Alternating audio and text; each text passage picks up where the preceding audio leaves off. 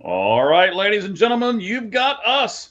I apologize for not being able to be there on Tuesday. It was all my fault. Cheese was ready. I was under the weather and in bed. So, what we're going to do is tonight, Alabama versus Oklahoma. And hopefully, we can make up for not being here on Tuesday. So, Cheese, I haven't seen you for a few extra days, buddy. How you been, sir? I have been good. Are you feeling better? You all I better am. I now? mean, I'm not 100%, but I'm never going to be not ugly. So I guess we're okay there. I was gonna say, when are you 100% on That's anything? that's true. That's Yeah, true. yeah. I'll be honest. I wasn't sure if I was going to be able to make this one. There was a couple crazy things that happened at work today, and I was like, "Oh, I'm not going to have to cancel a second one, am I?" But I ended up Riot, everything was fine, and we got home in time and all that, so we were good. riot. There was a mass riot. Admit it. We don't say those words, sir. Okay, okay. You're like, okay, be cool, be cool, be cool. So we're getting ready to start this thing. It's going to start in about 5-6 minutes here. So quickly, let's do the first thing. Let's go ahead and talk about who we think is going to win this game and why. Do you want to go first? You want me to take it, buddy? Go ahead. Let me check Go the ahead. spread while you Go do it. ahead. Yeah, Of go course, ahead. go You ahead. go ahead. All right. So let's go over some statistics here because both blah. Boy, this is going to be a long day if we start doing this already. Those of you who know me and have watched this show for a while, which I'm sure most of you here have, you know I'm a stats guy. So Alabama at Oklahoma. First thing, Alabama has never beat Oklahoma in Oklahoma ever. So that's going against them. Alabama scores 31.2 points per game, yet Oklahoma only allows 13.9 points per game. Something's got to give there. Passing yards per game for Alabama, 273.2, yet Oklahoma only allows 192.2 yards per game. And rushing, Alabama usually gets 116.2, yet Oklahoma only allows 81.4. So most of you guys probably already know some of this. Like, okay, Alabama's got a really good offense. Oklahoma has a really good defense. And like I said, something's got to give. And I'm telling you what I think is going to give is the Alabama offense. They're going to give in to the Oklahoma defense. This is going to be more of a defensive game than most people think it is. I even think it's going to be a lower scoring game. I think neither team will score more than 21 points, but I'm even going to give you a score. Oklahoma will beat Alabama 21-18. Yeah, I agree. I think Oklahoma covers the 1.5. I think they win. Alabama's offense is pretty bad right now. It was a disaster against Georgia. They can't run the ball. They have no running game. And because of that, the teams know, and what they're doing, what Georgia did is just send pressure and Ty Simpson has been very accurate, very good this year when he's had a clean pocket. But when you put pressure on him, he struggled. When they played Alabama, I watched the entire game. I thought Alabama would win. It was at Alabama. They played about 2 months ago or so. They just ran. Alabama ran for, I think, not even like 80 yards. Well, Oklahoma couldn't run the ball either. Neither team could run the ball. But John Mateer only threw for 138 yards. Yep. You know, he was coming off thumb surgery. I don't know if you remember, he was the favorite for the Heisman after like the first 4 games, like end of September. Yeah. He was like the favorite for the Heisman. Then he got hurt. Hasn't been quite the same. But Ty Simpson threw for 326 yards in the game, but there were 3 turnovers. He had a fumble and interception, and they had 2 fumbles overall. They had 406 total yards to 212 for Oklahoma and still lost because of the turnovers. But Ty Simpson, when he struggles, when he got pressure, when they blitzed him. And that's what Georgia did as well. And I think we'll see that again. And I think Oklahoma, we'll see how healthy Mateer is. But it's proven that he doesn't have to have a big game for them to win. And I think they win a low scoring. It might be lower scoring than even you said. And Oklahoma also leads the SEC in sacks. Yes. And Alabama's offensive line, it's hyped like it's really good, but it's really not. It's not that good. They got dominated by Florida State in week 1. It's better since then, but it didn't do well at all against Georgia or against Oklahoma when they played. Oklahoma had 4 sacks. in that game. So, yeah, both these teams are first and third in the SEC in points allowed and yards allowed. So it's a defensive game. Yes, absolutely. And ladies and gentlemen, we've already got a bunch of people hopping on board. We certainly appreciate it. We have got a lot to get to tonight. We're going to predict not just this game. We're going to predict every one of the first 4 matchups in the college football playoff tonight. We're going to talk about the shirt that I've got on here. We're going to talk a lot about ASU tonight. We're going to look at some draft eligible players in this game that play tonight. So we've got a lot to get to, and that's just the college football stuff. If this game runs long or something like that crazy happens, we got a lot of MLB stuff that we can do from the podcast that we didn't get to, and then I know we'll get to some of the NFL stuff because that's the sport that directly is affected by college. So we will get into some of those NFL topics as well. And you know what?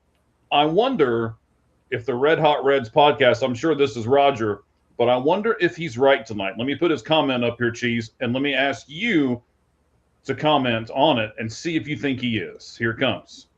Tonight, do we find out how much Alabama is a fraud? Well, is it the Alabama team that won at Georgia a couple months ago? Or is the Alabama team that's offense did nothing against Auburn and Georgia? I mean, they can't run the ball, and if you get pressure, stop the pass, you get Ty Simpson running for his life, then yeah, they look like a fraud. And that SEC title game was a joke, absolute joke. Yeah. So why Georgia is better than Oklahoma, they are. You never know. It's been a few weeks, but I don't see Alabama scoring a lot of points against Oklahoma's defense at all. Yeah, now, Roger, I'm not sure if I agree with this statement. You're only as good as your last game. I think a lot of times you have to take the overall season into account, except for injuries and things like that. So, yeah, I mean, I know they did not look good in their last game, but you also have to remember, what was that gauntlet that Alabama went through? I mean, they went through, like 4, I believe, SEC top 25 teams in a row and beat all 4 of them. So, that was an impressive part of their schedule and things that they did. Yeah, Georgia, Vandy, Missouri, Tennessee won all 4. 2 of them weren't even close. They won convincingly against Vandy and Tennessee. So yeah. Well, like I say, man, we're talking about a lot of different stuff today.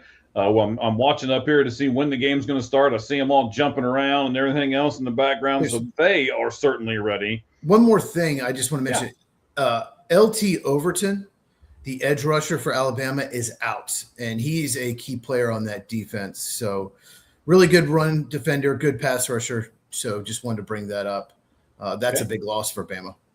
You got anybody that's out for Oklahoma by chance, or is that all you see right the moment? I saw that a few days ago. I did not. It was someone just posting on X that he was out. So I have not necessarily looked at the injury reports. So I do not know about Oklahoma.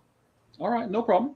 I just made a note of that. We'll put Ricky up here as well. So we had Roger, and then now we're going to have Ricky. These guys are both the hosts of the Red Hot Reds podcast that we have here on the All Gloves Off Sports Media Network. So we're getting all kinds of comments here. We appreciate you guys cranking them right out. We thank you for that. We'll be opening these comments all night long. We're going to bring up a lot of different things. We're going to talk about the coaching carousel. I am probably going to play the video from the Roadrunners head coach. What is that? Western, I don't know, WTSA? UTSA, University of Texas, San Antonio. We got to kick off. All right. Oklahoma receives. I'm guessing Alabama deferred. This is who would take the ball in a defensive game. True. Absolutely. So, yeah, we got to talk about this a little bit, right? Before his thumb surgery and after his thumb surgery, and that's John, I believe it's Mateer is how it's pronounced, right? Mm-hmm. Yeah, so, I mean, he was really well, and we talked about this off air. He was, at the beginning of the season, he was like, okay, there's the Heisman Trophy winner right there. Go ahead and do your pose, and let's start printing the postcards. Well, of course, as everybody knows, that didn't turn out. He wasn't even in the Final Four. So how things can turn in the beginning of the season to the second half of the season here. So here's the first play from scrimmage. It's a drop back, Oklahoma. He is scrambling for his life across the 25 and down right there at the 25. Well, he can run. I mean, he's mobile. They run a lot of option. They run a lot of RPO, and they do a lot of just quarterback calls, quarterback design, quarterback runs. Excuse me, that's what I meant. And I think he had over 400 yards rushing, and he missed some games. So that's a whole part of their offense that Oklahoma has that Alabama definitely does not. And I mean, you and I discussed this on the Lights Out Sports podcast a couple weeks ago. I didn't like Alabama getting into this whole thing as it was. There's a run on the second play. Looks like they've gained a few yards on that, so it'll be third down. But I agree with Ricky here. He says a 3-loss team in the playoffs is ridiculous. I guess if there's going to be a 3-loss team, it probably should be Alabama. But I do believe there were some other 2-loss teams that should have jumped them and gotten this spot in the college football playoff. Yeah, I wouldn't have had him, and we talked about that. I would have switched to. Well, first of all, Tulane and James Madison both should not have been in, but just say they can. Here's the third down play. Going to be caught. Mm-hmm. Is that Deion Burks? That is Deion Burks. I really like him. He is a undersized receiver. Surprisingly, he's only averaging about 10 yards a catch, but real clutch player for them. You'd think he'd give a lot of yards after catch. I think he will in the NFL, probably an NFL slot. And I think he could be a day 2 pick. Okay. Now, did you watch the replay they showed from the front of the receiver catching the ball there? It almost looked like his elbow came down out of bounds before the foot came down inbounds. I think he's in. Okay. Yeah, he must be on the next play. So, and he's not even their best receiver. Alabama running to the midfield, 7-yard gain on first down. Isaiah, Tenya. You can have that one, buddy. He's number 5. That helps. He's top of the screen right now. He is their big play threat. He was their stud this year. Led them receiving, yards after catch. Did he just fumble? No, they're saying down. Okay. So it's gonna be about a 3rd and 2 from the Bama 49. Great drive so far. Got to get this though. Let's see. Yeah, they're going to show the replay here. Oh, that ball's out. Was the elbow down? I don't think so, but it also looks like he recovered it. Well, he recovered. Yeah, it's a moot point.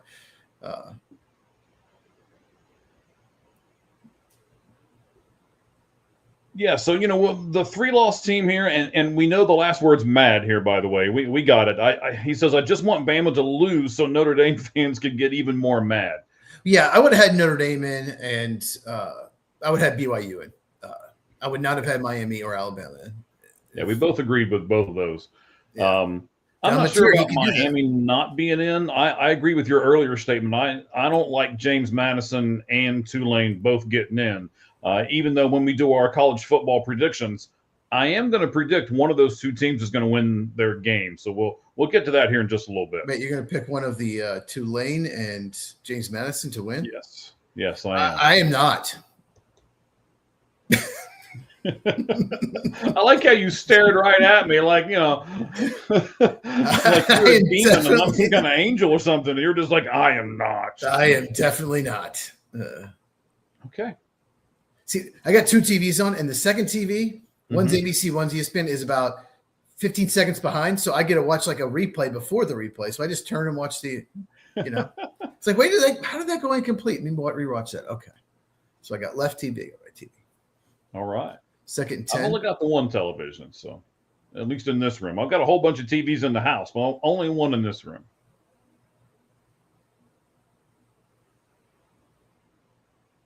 All right. They're definitely trying to run the ball. They only ran for 74 yards, it says here, last time they played. That was a heck of a stuff by Simmons, though, on that 3rd down play. It was 2nd down. Well, you are right. Yes, I apologize. But this is 3rd and 10, so they got 10 yards to go here. Yeah, I think Satania, if that's how you pronounce his name, I should look it up. He's at the bottom of the screen. Let me see if I can look up how to pronounce his name because I don't want to keep mispronouncing it the whole game. He's so good. He's so fun to watch. Isaiah. Yeah, so we're going to have to hold. That wasn't good. He stumbled. Looked like the receiver stumbled there. Pro. Yeah, we got so much to get to tonight, man. I don't know if we can do things besides the college football stuff. There's so much of that to get to. Satania. Okay, I had to have it right. Isaiah Satania. So it's 4th and 10. The Got a punt. Yeah, I'm going to say Oklahoma is not going to go for it. Now, when you say gotta punt, they're in Alabama territory. I know it's not much, but they are in Alabama territory. So let's see so they would have been on the 45. Here's the punt. He catches it around the 13. So you can't give Alabama short field. Their offense has been struggling. You got to make them earn every single yard. If it was 4th and 5, they would have punted. Oklahoma is just not – they have a great defense, but their offense, just hasn't been great since the thumb injury for Mateer. So you got to play field position in a game like this. Okay, especially in the beginning, right? There's no need to take the chance on the very first series of the game, right? Sure. Okay. I just want to make sure we were all on the same page here. So we should be good, right? Yeah, so we're getting ready to see the Alabama quarterback, Ty Simpson, for the first time. So before he comes onto the screen and we start talking about him a little bit, give me a little background on Ty Simpson. Where do you think he is in his development, and do you believe that he will be drafted this year? I guess we don't know if he's coming out yet or not. How about that? Do you think he's coming out? I don't. Not? I think he's got one more year of eligibility left. I think he stays. Yes, he does. If you're not going to be a top 10 pick and you're a quarterback, you might as well come back. They don't care if you're 21 or 25 as long as you can play quarterback. So age doesn't matter. Okay. And typically you're not going to drop unless you – he needs another year of development. It's his first year as a starter. He was a 5-star recruit. He waited behind Milroe. And in the middle of the year, he looked like maybe a Heisman favorite. And he's kind of dropped off a little bit. So I think it might be better. I think he'd make more money. I think it'd be better for him to come back and work on handling pressure better and be more accurate. Because when he's in the pocket and it's clean, he's deadly accurate. And he's had some really games where he just looked amazing this year. Okay. So he needs a little bit more development. All right. You don't think he's going to come out? I don't. I'm wondering if a lot of quarterbacks are going to stay. And like I said, if you're not a top 10 pick and you have to be a quarterback as well, you can't be like a linebacker, but if you will get more money in NIL than you will if you're drafted like 15th, 17th in the draft. So yeah, unless you're a consensus top 5 pick, like Fernando Mendoza will be, then you might as well stay and work on your development. So then let's talk about a couple of these other quarterbacks as we get ready to see Ty Simpson come on. His first 9 games, he was 21 and 1 touchdown to interception ratio. In his last 4, he's been 5 touchdowns and 4 interceptions. So he's really fallen off, as you have already alluded to here, in his last 4 games. What about Mendoza?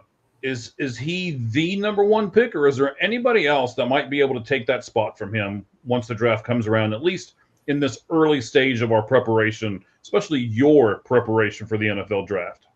The only way he's not the first pick is if someone like the Giants and Titans, who don't need a quarterback, pick and don't trade it.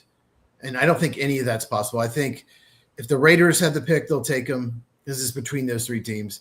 And if it's the Giants or the Titans, they'll trade it to someone like the Jets, who have a ton of picks. So the only way is if teams just don't value Mendoza as a prospect and they can't trade it. It's someone like the Titans or Giants. But I do think right now he's going number 1. All right. So then by what you just said, we'll dive into this for a second. I know we're going to get off the college football landscape for a moment. 2nd and 9 here for Alabama. Do you think then that the Giants are going to stick with their current quarterback and they're not going to take a quarterback in the draft? Yeah, they will. They put a lot of investment in Jackson. He's shown enough with his tools. He just got to protect his body more. Yeah, he's shown enough where they're going to keep him. He's missing his best receiver for most of the year. So that's true. A bad offensive line. So yeah. Okay. They would trade that pick because they need a lot. I mean, they have the worst record in the NFL. So they would, if they could work out a trade and get extra first-round picks, they're going to do it. Incomplete on 3rd down. He threw it into the ground. That's Isaiah Horton. See, one thing about Alabama, their strength is the receivers. They're 4 deep at receiver. They have 4 guys that are going to be playing on Sunday for sure. He should have caught that ball. Yeah. It was tough, but he should have caught it. That is Isaiah Horton. You also have Lot-Zaire Brooks, a freshman. Of course, Ryan Williams, one of the best receivers in the country. And Jeremy Bernard, who's an interesting prospect for the draft also. So they're deep at receiver, but the offensive line's not very good. All right, so here's the punt from like the 7-yard line. He boots it down to about the 45. It takes an awkward bounce. Terrible punt. Yeah. And basically, they're going to get it at like the 42-yard line, it looked like. Okay, so they're almost at midfield. Yeah, 41-42. Yeah. But Jeremy Bernard, wide receiver, is number 5 for the Crimson Tide. Mm-hmm. He's an interesting prospect. He gives me some Randall Cobb vibes if I was going to do a comp. Okay. In that he doesn't look like he's super fast. He doesn't look like he's super athletic. He's not super big, although I think he's a little bigger than Cobb. But he's just so explosive. When he ball's in his hands, forget it. So you can manufacture plays for him. He'll probably be a good return man as well in the NFL. So he'll be a second or third round pick in my opinion. Okay. But he reminds me of Cobb just watching him. Yeah, now, you brought up height and weight here for a second. I was going to do that earlier when we were talking about Simpson because, Simpson's 6'2", so he's taller, but he's only 208 pounds. On the quarterback scale, Cheese, when you're looking at these guys, is there a certain weight that a quarterback has to be or a certain height that a quarterback really needs to be for him to go make that jump from college to the pro leagues? You want at least 6'1". That is so they can see over the line. Mm-hmm. If you're, I still remember Drew Brees is a touch under 6 foot. Even him would tilt his head back and have trouble sometimes seeing over the line. Typically you want at least 6'1", and probably about 208 is fine. I think 210, 215 you'd like, because they're going to take a lot of hits. So, right. Typically, 6'1" would be minimum, and there's some exceptions. Obviously, there's Kyler Murray and Russell Wilson are exceptions, but for the most part, yeah. Well, I'm not even sure if I know Kyler Murray is the exception, but you can't really say an exception to the rule until he's successful. And I don't really think Kyler you would put him in the successful category as a quarterback yet in this NFL days, right? Yeah, he had some good years. I just mean as a prospect. I mean, he was going number 1, and Russell Wilson fell because of his height, not because of anything else. Because of his size, that's why he fell in the draft. And I think Russell Wilson helped Kyler Murray, a little bit in the draft. So it's just Kyler Murray was going number 1, period. So, yeah. Okay. All right. Well, one of these guys that I think may be delivering some of these hits tonight. In fact, there's Kyler Murray on the television screen right there. Mm-hmm. Shoot, he's not playing football. I may as well go to the game, right? Quarterback It's a quarterback you. Yeah. Jalen Hurts, Baker Mayfield. Yeah, there you go. Now there's Brian Bosworth. They had him on the pregame. Now, do you know what the hard to kill mantra is there? What is up with that? I have no idea.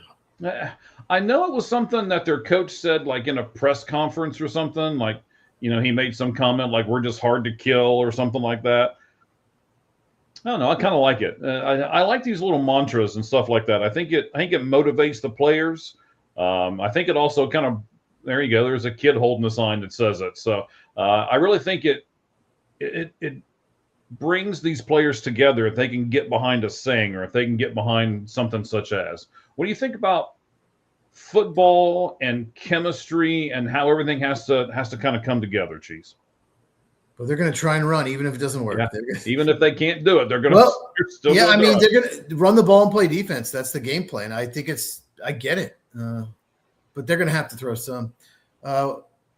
You asked about chemistry? Yes. What about? I mean, what do you think chemistry is I'll phrase it a little different, but do you think chemistry is a must-have in order to be a successful football team? Yeah, you got to have some chemistry. It's probably a lot tougher with all the NIL. It's not a bad first pass. Yeah. Took a big hit. Mm-hmm. It's 84. I cannot think who that is.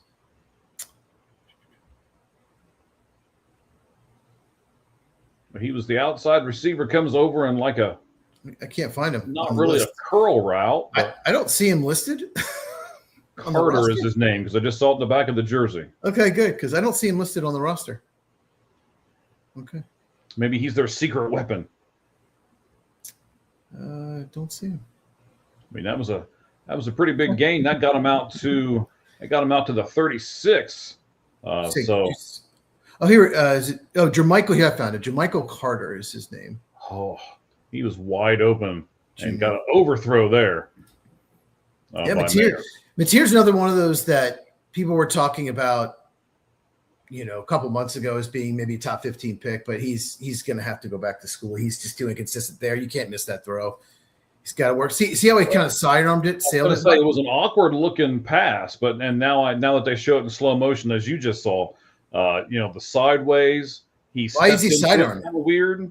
Why is he sidearming him? He just sailed it. Why are you doing that? You don't need to. You only do that if there's a guy about to knock it down. You do it on the side. Right. So that's just that's terrible mechanics. Here he goes running. Now he's going to get the first down on the run. Nice run. Yep, he can do that. That is his strength. And a lot of people think if he can really improve as a passer, he could be a really good NFL player. But since he hurt his thumb, he's only 2 for 5 right now. Yeah. So you saw him badly miss an open guy. It would have been a touchdown. So you can't miss those.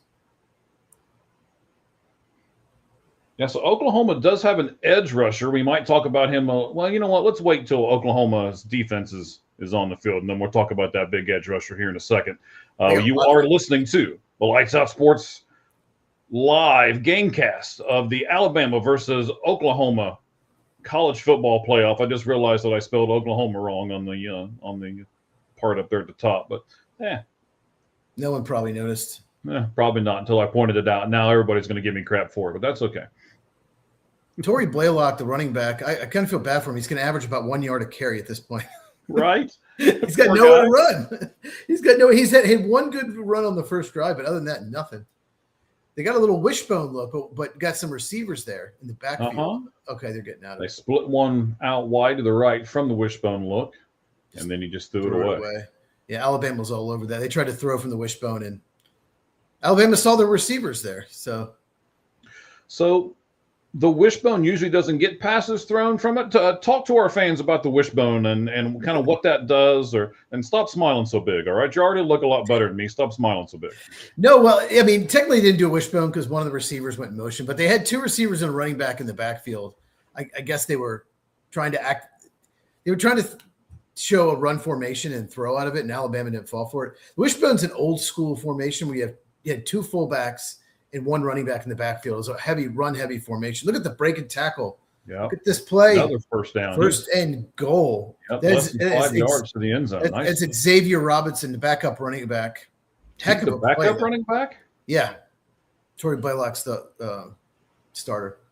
Just come to the backfield. No one picked him up. And then he broke a tackle. And that's a nice move right there. I don't know more or less of that nice move on number 1, or if he like if he did a nice move, or if he broke the tackle, or however you want to say that. That looks nice. Yeah, so as you said, first and goal, 5 minutes and 43 seconds left here in the first quarter. You can't ankle tackle running backs in the open field. And that's what Jamani Jackson just tried to do. Hope that's who that was. It was Jamani Jackson. 8th play of the drive, and here we go. He's going to look at the move. Touchdown, Oklahoma. John Mateer. You can see his athleticism in that play. The cuts he made. He can do that. He is really athletic, and he's probably about 6'1", probably about the minimum you need. And he's just got to improve as a passer, and he'll play on Sunday. Yeah, so it looks like they pulled everybody to the left, and then he turns around and runs it to the right. Just a heck of a run. The play was supposed to go left, but he read it. His vision is outstanding on that play, and he got some blocking downfield. So they did a 8-play, 59 yards, and 8 plays there to score. They did get the touchdown, and now they have the extra point. So Oklahoma leads in this first college football playoff of this season, 7-0. Well, Bray Hubbard, their outstanding safety, took himself out of play. He got lost. Ran into his own teammate. He was the only person that had a chance at Mateer, and he just completely got lost in the middle of the field there. All right. So this is So we said it was going to be more of a defensive game, and so far maybe not so much. I mean, the field position played a lot into that. So for those fans that are out there and they're the people who are like, oh, you have to have all three phases, right? Special teams really played a big part in that because they started on the 42-yard line, and then one big play got them at least in field goal range almost right away. So they just drove that ball down the field. Do you still think, Cheese, that you would consider offense and defense more important than the special teams, or where would you put special teams in the overall position of things in a game? Yeah, I mean, obviously, offense and defense is more important, but special teams can flip a game if it's even. If you have better special teams, can flip a touchdown or two. I mean, it can completely flip a game. I've seen it because my NFL team is so bad at special teams year after year after year, and they never address it. It costs them at least 1 or 2 games a year. But anyway, yeah, it's important. It's just not as important. It's tougher in college you only have a certain amount of practice time. It's really tougher because you got to practice offense and defense. So a lot of teams just aren't as efficient in special teams because you just don't have as much practice time. Now that bowl games and college football playoff, you do have that practice time, but it's just it's important, just not as important as those. And Oklahoma already has 38 yards rushing. Only had 74 all last time when they beat Alabama early this year. So that's because they pretty much run the ball every play except for a couple. Yeah. But that's important. I mean, I know the quarterback's done the majority of it, but still, that's really important for them. If they can run the ball, that'll set up their play action, and they have 2 outstanding receivers. Yeah, but you've already said that their quarterback's not great. So even if they set up play action, does that really give them a huge advantage, or are they just going to keep running this ball down Alabama's throat? Well, it's going to make one of the safeties come up, and like I said, Deion Burks and Isaiah Satania are outstanding. But yeah, Mateer's just got to get him the ball. He missed that one earlier. He's got to be able to get him the ball. It won't work, of course. So when you look at receivers, right, you've mentioned both sides have really good receivers. We know that Ohio State has really good receivers. We'll probably talk more about Arizona State before it's all said and done, and they've got a really good receiver. When you're thinking about the NFL draft this year, Cheese, and the first round, let's just take the first round. How many receivers do you think will be taken in the first round? At least a rough guess. I mean, are you going to go like 1 to 5? Are you going to go 5 to 10? Or are you going to go more than 10? Oh, God, first round, they won't even be close to 10. Well, I mean, there's Jordan Tyson, Carnell Tate, and Mekhi Lemon are locks. I think Denzel Boston's probably going to as well, especially if Boise State just doesn't cover him, lets him run down the field like they did in the full game. But I'd say probably 5 or 6 because what happens, it always happens. Their teams at the end of the first round seem to take receivers. The last 3 years or so, they all of a sudden there's just run on receivers toward the end of the first round. So there'll probably some guys that maybe more early second sneak into the first round, like Ricky Pearsall a couple years ago, 49ers. Xavier Legette as well went to the Panthers. You're like, wait, what? He's like a third rounder. What's he doing? So some teams just really just target the position late first round. There's our Mason Thomas. So do you think that when you're scheming up, right, you talked earlier about if they continue to run this ball, you're going to have a safety come up. I thought he was going to. And sack. No one blocked him. Great blitz. That's Kip Lewis. In the last outing against Alabama, he had 2 sacks. He's the weak side linebacker. They love blitzing him because he's so explosive. Nobody touched him. He has 4 sacks this year, 3 against Alabama. So, yeah. At least he does the sacks when it counts, right? Yeah. But yeah, nobody. Now, what is his actual position? Is he a linebacker? Is that what linebacker? He is? Oh yeah, he's like 225 pounds. He's the weak side linebacker. So when you say weak side, strong side, what's the difference? Weak side, strong side, Chiefs. Well, in base defense, I mean, there's weak side, there's middle linebacker, and there's weak side. If you're playing a nickel, they'll be on the field. If not, there's strong side. Basically, if you're facing the offense, you're on the right side. If you're weak side, you're on the left. If you're the strong side linebacker. All right. I feel like we need a chalkboard right now, but okay. Well, I mean, it depends. The strong side's simply over the tight end is basically, and the weak side's the other side. But if you're playing nickel, you take your strong side linebacker off the field. But yeah, Kip Lewis doesn't come off the field. Okay, so then let's take an NFL team for a second. We're probably not going to talk about this team because they're terrible, so I'll give them a little bit of time. The Arizona Cardinals that I follow a lot, they have a lot of 2 tight end sets. You said the strong side's a guy over top of the tight end. So what happens when you do a 2 tight end set? You can't have 2 strong ones, can you? Or how does that work? I don't know. I'm not the defense coordinator, but typically they'll line up on. Shut up! Stop asking me all these questions. No, typically the strong side linebacker, if you're facing the offense, will be on the left side, the weak side on the right side. That's typically how it's done. But sometimes, the switch. It depends on the scheme. A lot of times they'll switch, but yeah, Oklahoma's got 2. Really saying is there's not one like base type defense that teams run all the time. It also depends on what the offense runs and everything else. So it adjusts from game to game. Yeah, base is typically a 3-4-4-3, 4 down linemen, 3 linebackers, or vice versa, and then 4 defensive backs. But most teams aren't in base, especially in the NFL or even in college. Most teams run some kind of nickel with 5 defensive backs, 2 linebackers. That's just become the most common defense. It's really tough to stop the passing game in a 4-3. But like you said, Arizona runs 2 tight end set. The Rams ran 3 tight ends half the game last night against the Seahawks, and I think it hurt their passing game. They did it because Devontae Adams was out. But obviously, if they're going to run 2-3 tight ends, you want to play more base defense to stop that, because linebackers typically can cover tight ends, but they can't cover receivers. So if you're in base defense and they put 4 wideouts, you're screwed. You're at a big disadvantage. But yeah, right. Owen Heineke and Kip Lewis are the 2 linebackers that play every snap for Oklahoma, and they're outstanding. And then Oklahoma's got a really, really good edge rusher as well, Mason Thomas. I did that on the pregame prep, and we were talking about it too. I left the R out, so it's R Mason Thomas. Talk to us about him a little bit, buddy. He's an undersized speed rusher. He's got a really good first step. And NFL loves that, so that's going to help his stock. The first step is really, really key. It's even more important than your 40 time for an edge rusher. And he's first team All SEC. He has 6.5 sacks this year. He had 9 last year.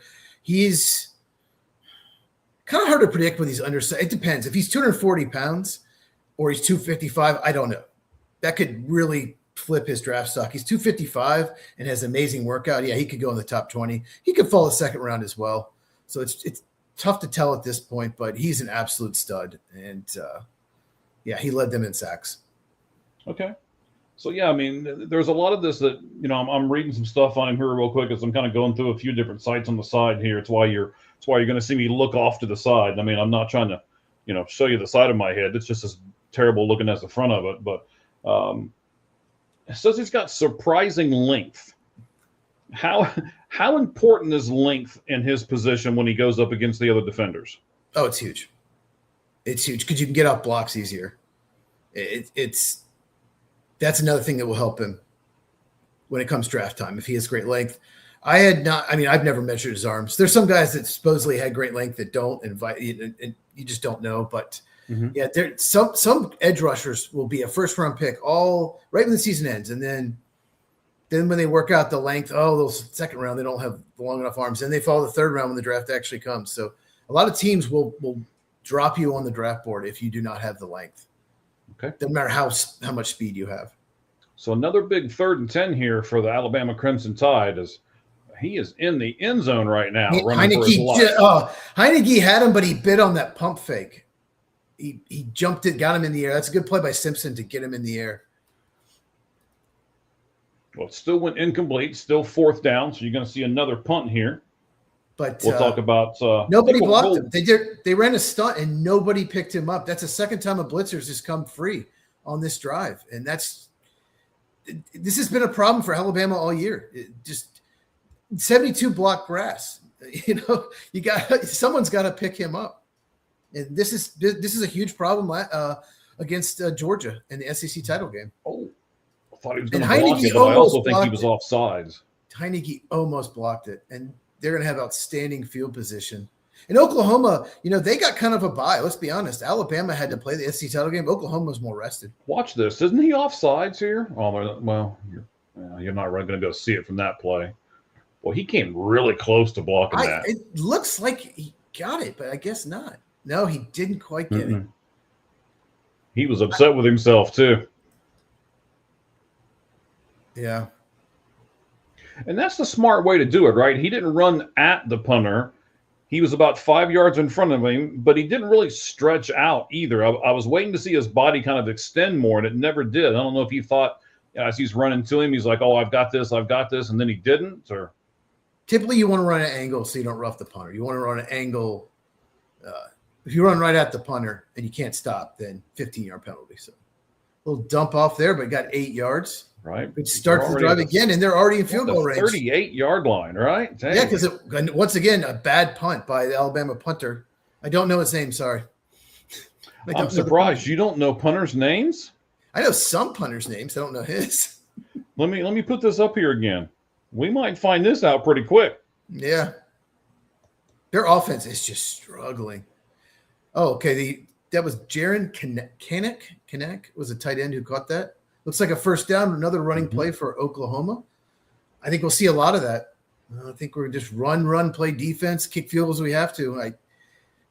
Alabama's going to have trouble moving the ball today. Well, yeah, I mean, you may as well do that because right now, I mean, Alabama's got hardly nothing for yardage. I don't have the stat thing pulled up. I think you do on your computer there with you, but I would venture to say they don't have 30 yards yet total in the game. They have negative, I think. There was a long sack. Let's see. I'll pull it up. Total yards 5. Sorry. They have 5 yards. I apologize, Alabama fans. Wow. That looked terrible. Well, hey, he got a few extra yards. Right. He dove, for those of you who can't see it. I mean, sometimes these watch-alongs are a little tricky for us because both of us are watching it, and then I kind of look at Cheese, and Cheese kind of looks at me like, okay, are you going to say something? Are you going to say something? And then, we're not sure who's going to say what. You take 6 yards on first down every time you're Oklahoma. Tory Blaylock, he just put his body in risk there. Yeah, so they're showing the average starting field position. Alabama's their own 13, and Oklahoma is their own 41. So what a huge difference that third phase in the game makes. Special teams there for this game.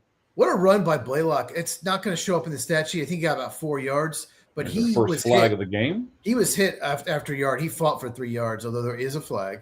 Still, that's a heck of a run. Some of the best runs are when you have absolutely nothing and you still get 2, 3, 4 yards out of it. Mm-hmm. He got at least 3 there.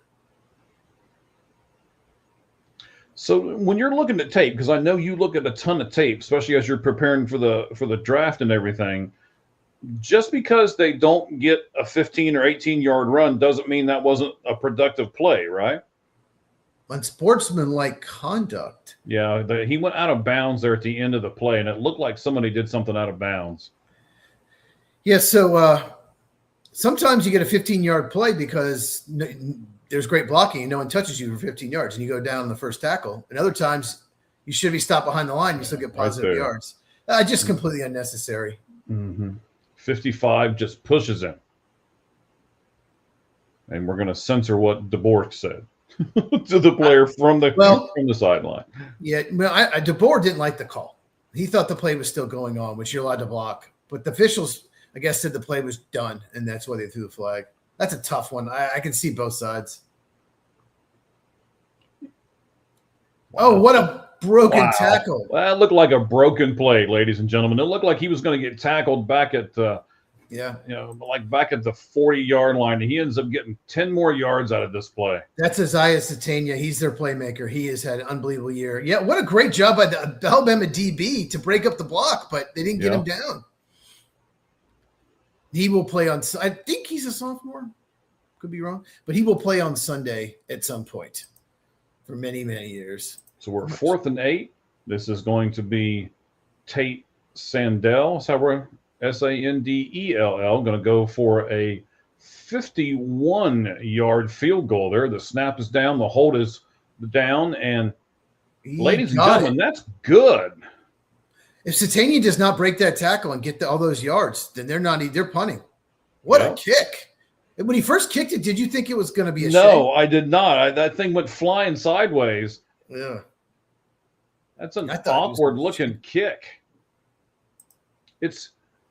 it's almost like that's not where he likes the ball. Like he likes it on the other hash, or he likes it in the center, and he really kind of almost like he overcompensated, but it ended up working out. We'll have to kind of watch that throughout the game to see. No, Satania is a junior. More. Satania is actually a junior, so he can go pro. What's funny about him is just made that really good play. He's from Austin, Texas, and went to Oklahoma. It's a fun fact. Oh. Texas couldn't get him. Typically, you don't like that. They live in your hometown, and they're really good players. You don't want to let them go to your rival. No, probably not. Probably not. And it's not like there's not enough NIL money in Texas or anything. Yeah, Texas A&M, Texas Tech aren't hurting either. Yeah, that was kind of what I meant. Was there's plenty of money all through Texas. Oh yeah.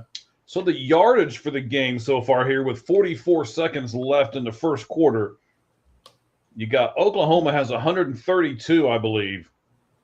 That stat came up there pretty quick, but Alabama only has 5. It's pretty hard to win a game with only 5 yards of total offense. Hey, they're averaging 2.5 yards a drive. That's positive. Let's keep it positive, Mike. Okay, I'm sorry. I'm sorry. So now tomorrow, your Green Bay Packers play on Saturday, right? Do you like this when the NFL does this and they take some games off of the Sunday slate? I do, as long as there's no college football playoff games against them. I was going to say, and there was my second part. It's like, didn't they know that those 3 games were going to be on that day? Why did they pick this Saturday? I was confused. It's interesting that they picked the JMU game as a late game, and the Tulane game is the second to latest game against the NFL games, meaning they don't think they can beat the NFL in ratings. Because why would you not put Texas A&M Miami in prime time? Why would you not do that unless you don't think you can beat the NFL? So that's true. I didn't think about that. So at least I get to watch that. I have 2 TVs, so I can watch both NFL games and both the blowouts in the college football playoff. But I don't think they're both going to be blowouts. So we'll talk about that here in a little bit. We'll probably save that more towards the end when we talk about the games and what we're going to predict and everything else for those. So we'll get to that. We'll talk more about NIL and things like that at halftime. Alabama got 7 yards on a play. They should celebrate. Oh, look out.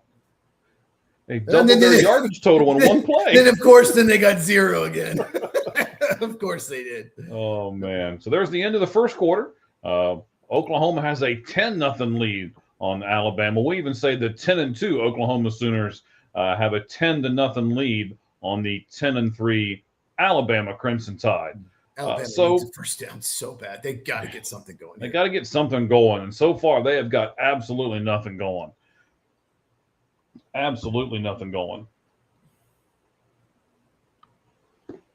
No, that wasn't I got to throw that up there. Not yet. Not yet, but they're head that way. Do you think Oklahoma can win the college football playoff? If they play like they are tonight, I would give them a shot. That was one of the things that I was going to ask later on. Okay, we can talk about it later. Well, no, we can talk about it now. I mean, that's fine. I was just seeing what your opinion because you have to win. If you're not a top 4 seed, you have to win 4 games against college playoff teams. Correct. And they're not getting Tulane or JMU. So you have to win 4 against 4. They're going to play 4 top 9 teams. Mm-hmm. So assuming there's not some crazy upset, but I'm not sure if they can beat the next team they're going to get because they're going to get Indiana next. The winner gets Indiana.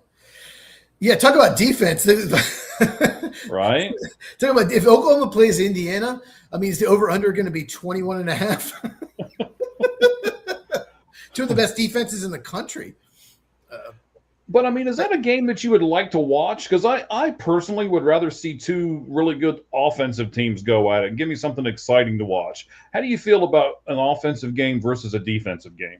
I mean, I really enjoyed Texas A&M Notre Dame 41-40. I will go back to that game. Someone asked me, what's your favorite game this year? That was probably it. So, yeah, that was more enjoyable than Ohio State, Indiana. I'll say that. But it's still kind of cool.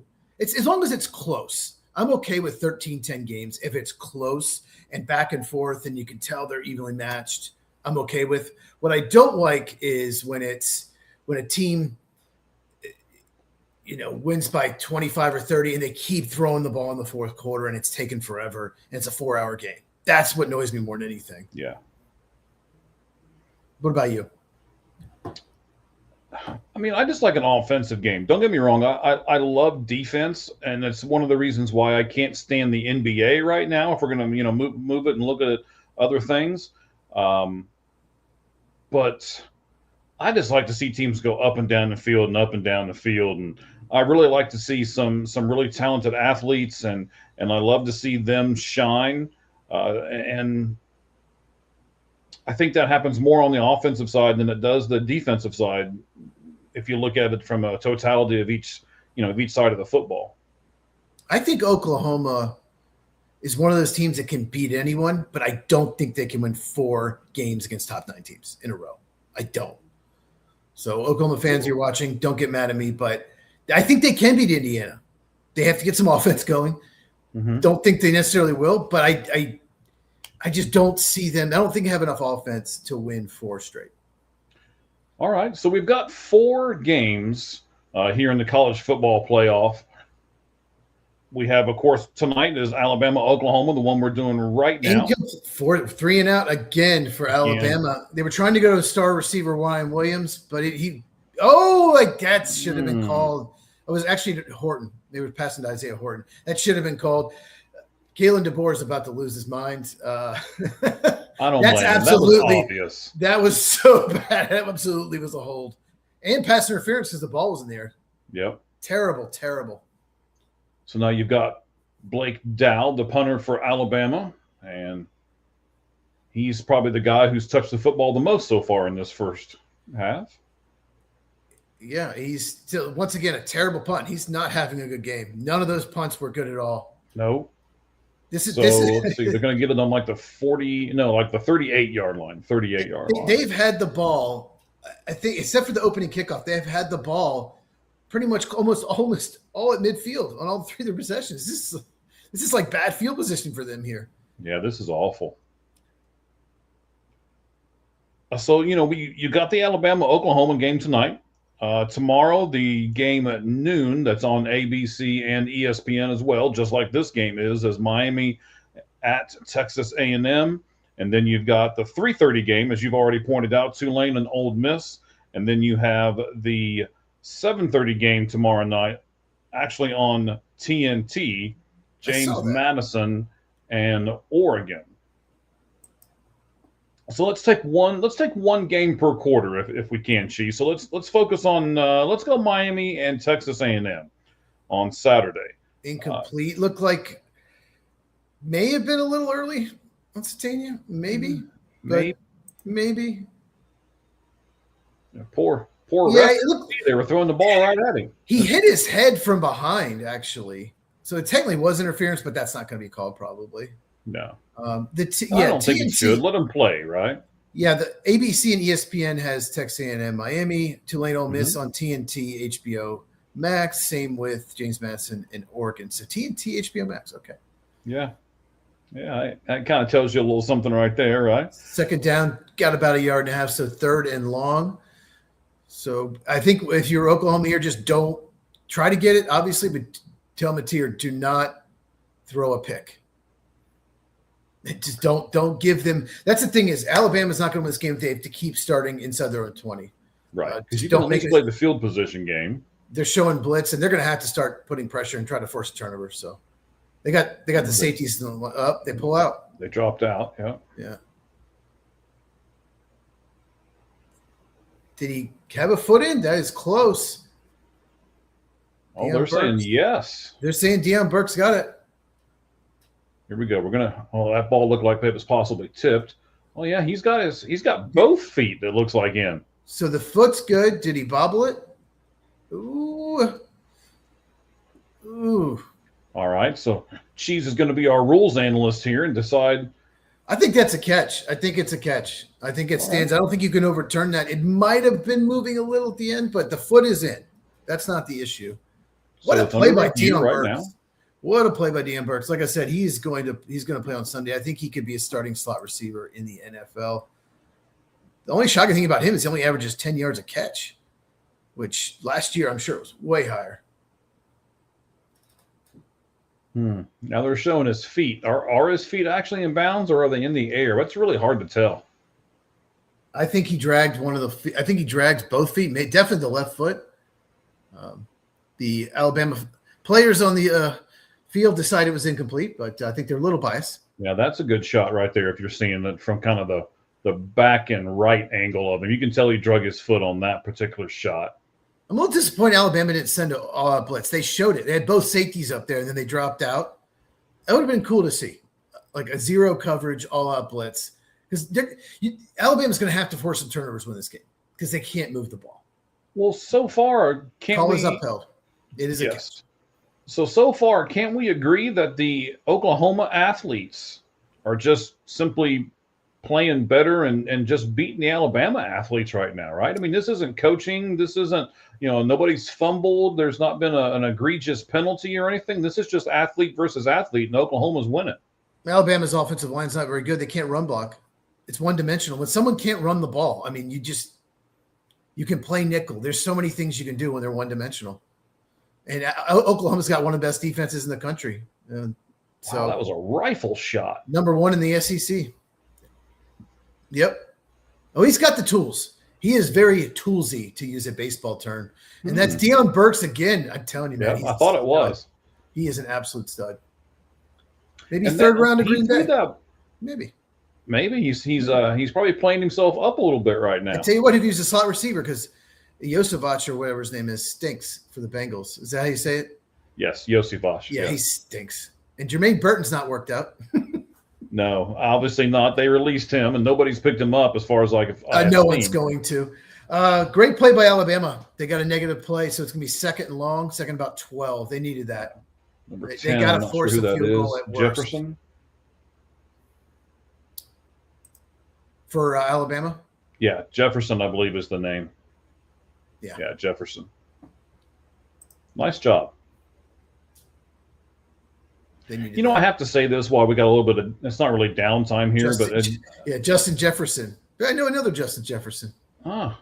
As good as he is, he's not as good as the other one. Probably not, no. Burks looks like he gets about – we'll fight about 6 yards, maybe a third and 5 coming up, 3rd and 6, something like that. Is he the only receiver on the field? Well, they're certainly featuring – a lot of times it's about matchup. They have 2 stud receivers.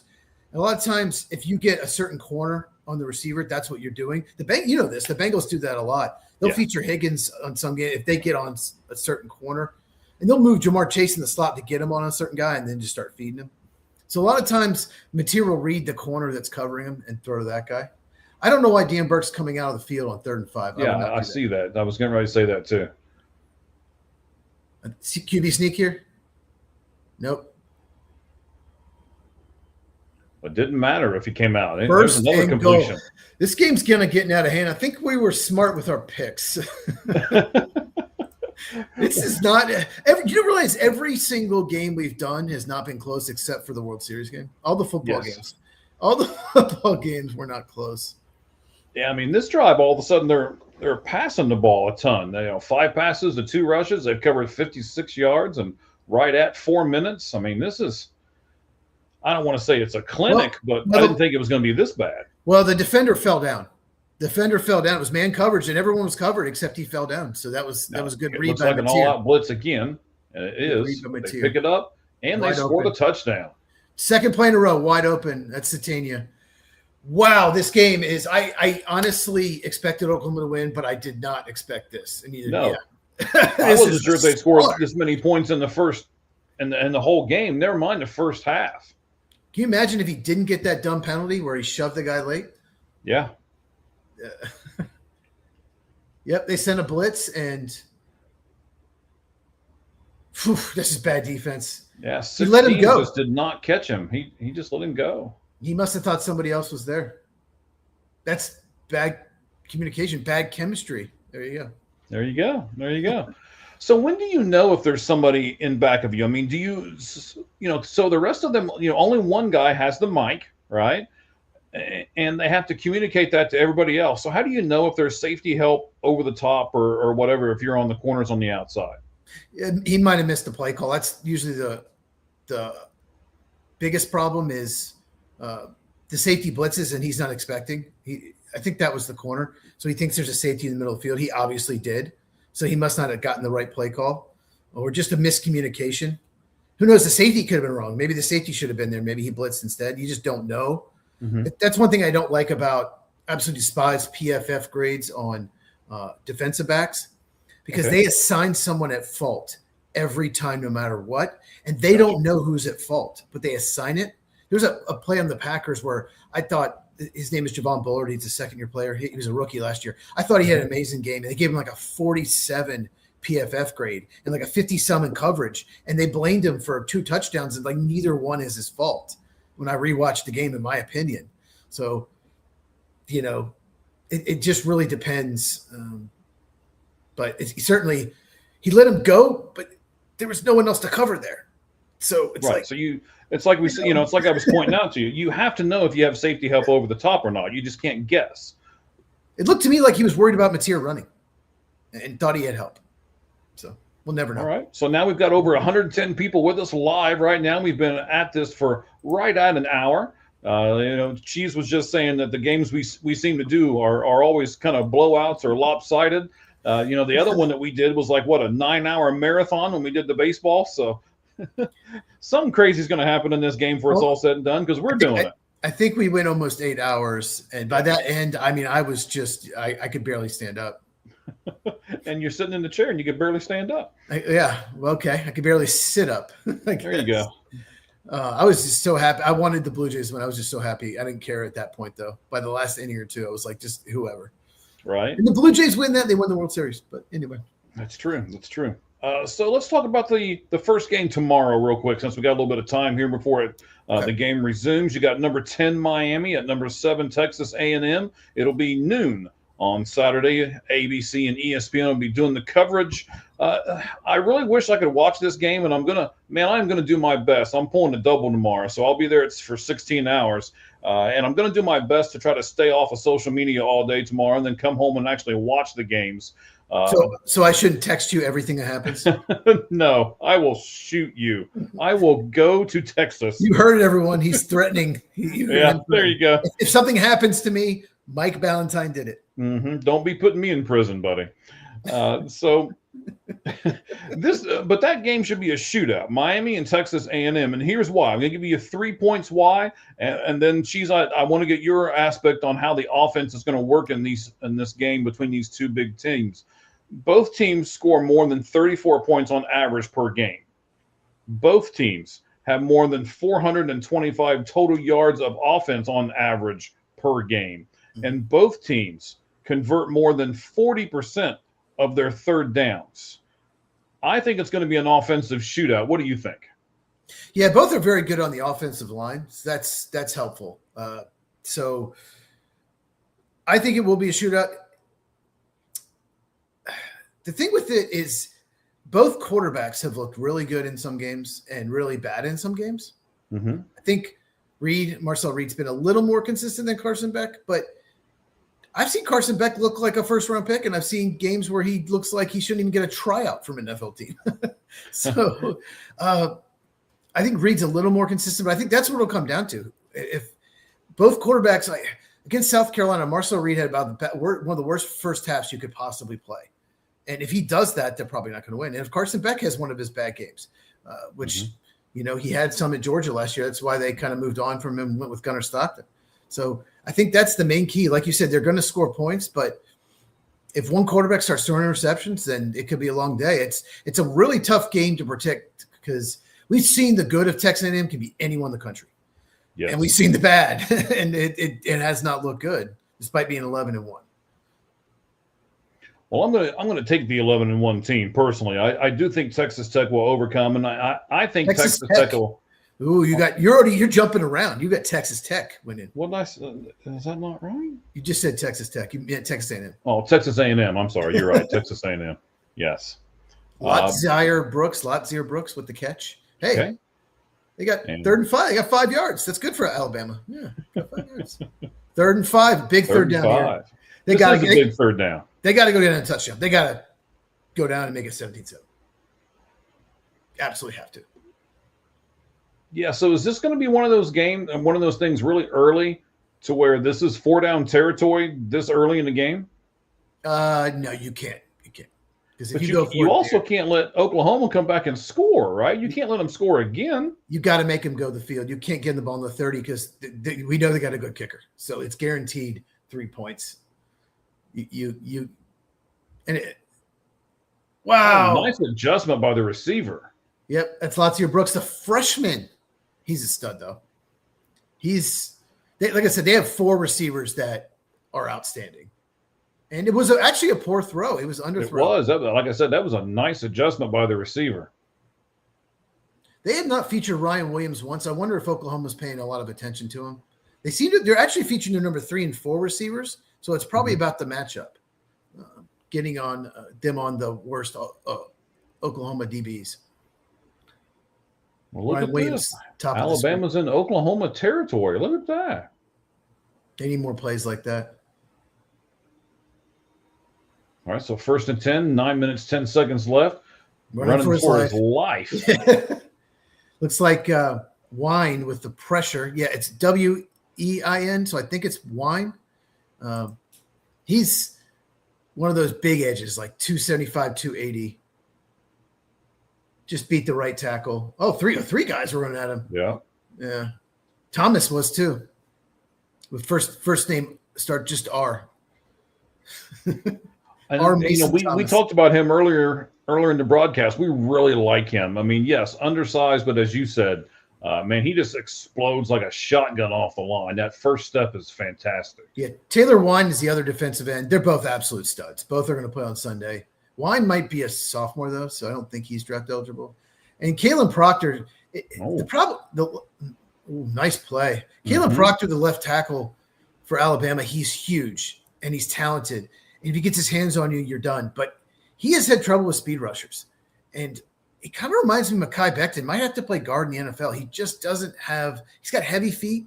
Just doesn't have – to me, he's going to struggle against NFL edge rushers. Might have to play right tackle or guard in the NFL. Maybe a little bit overrated, in my opinion, as an NFL prospect.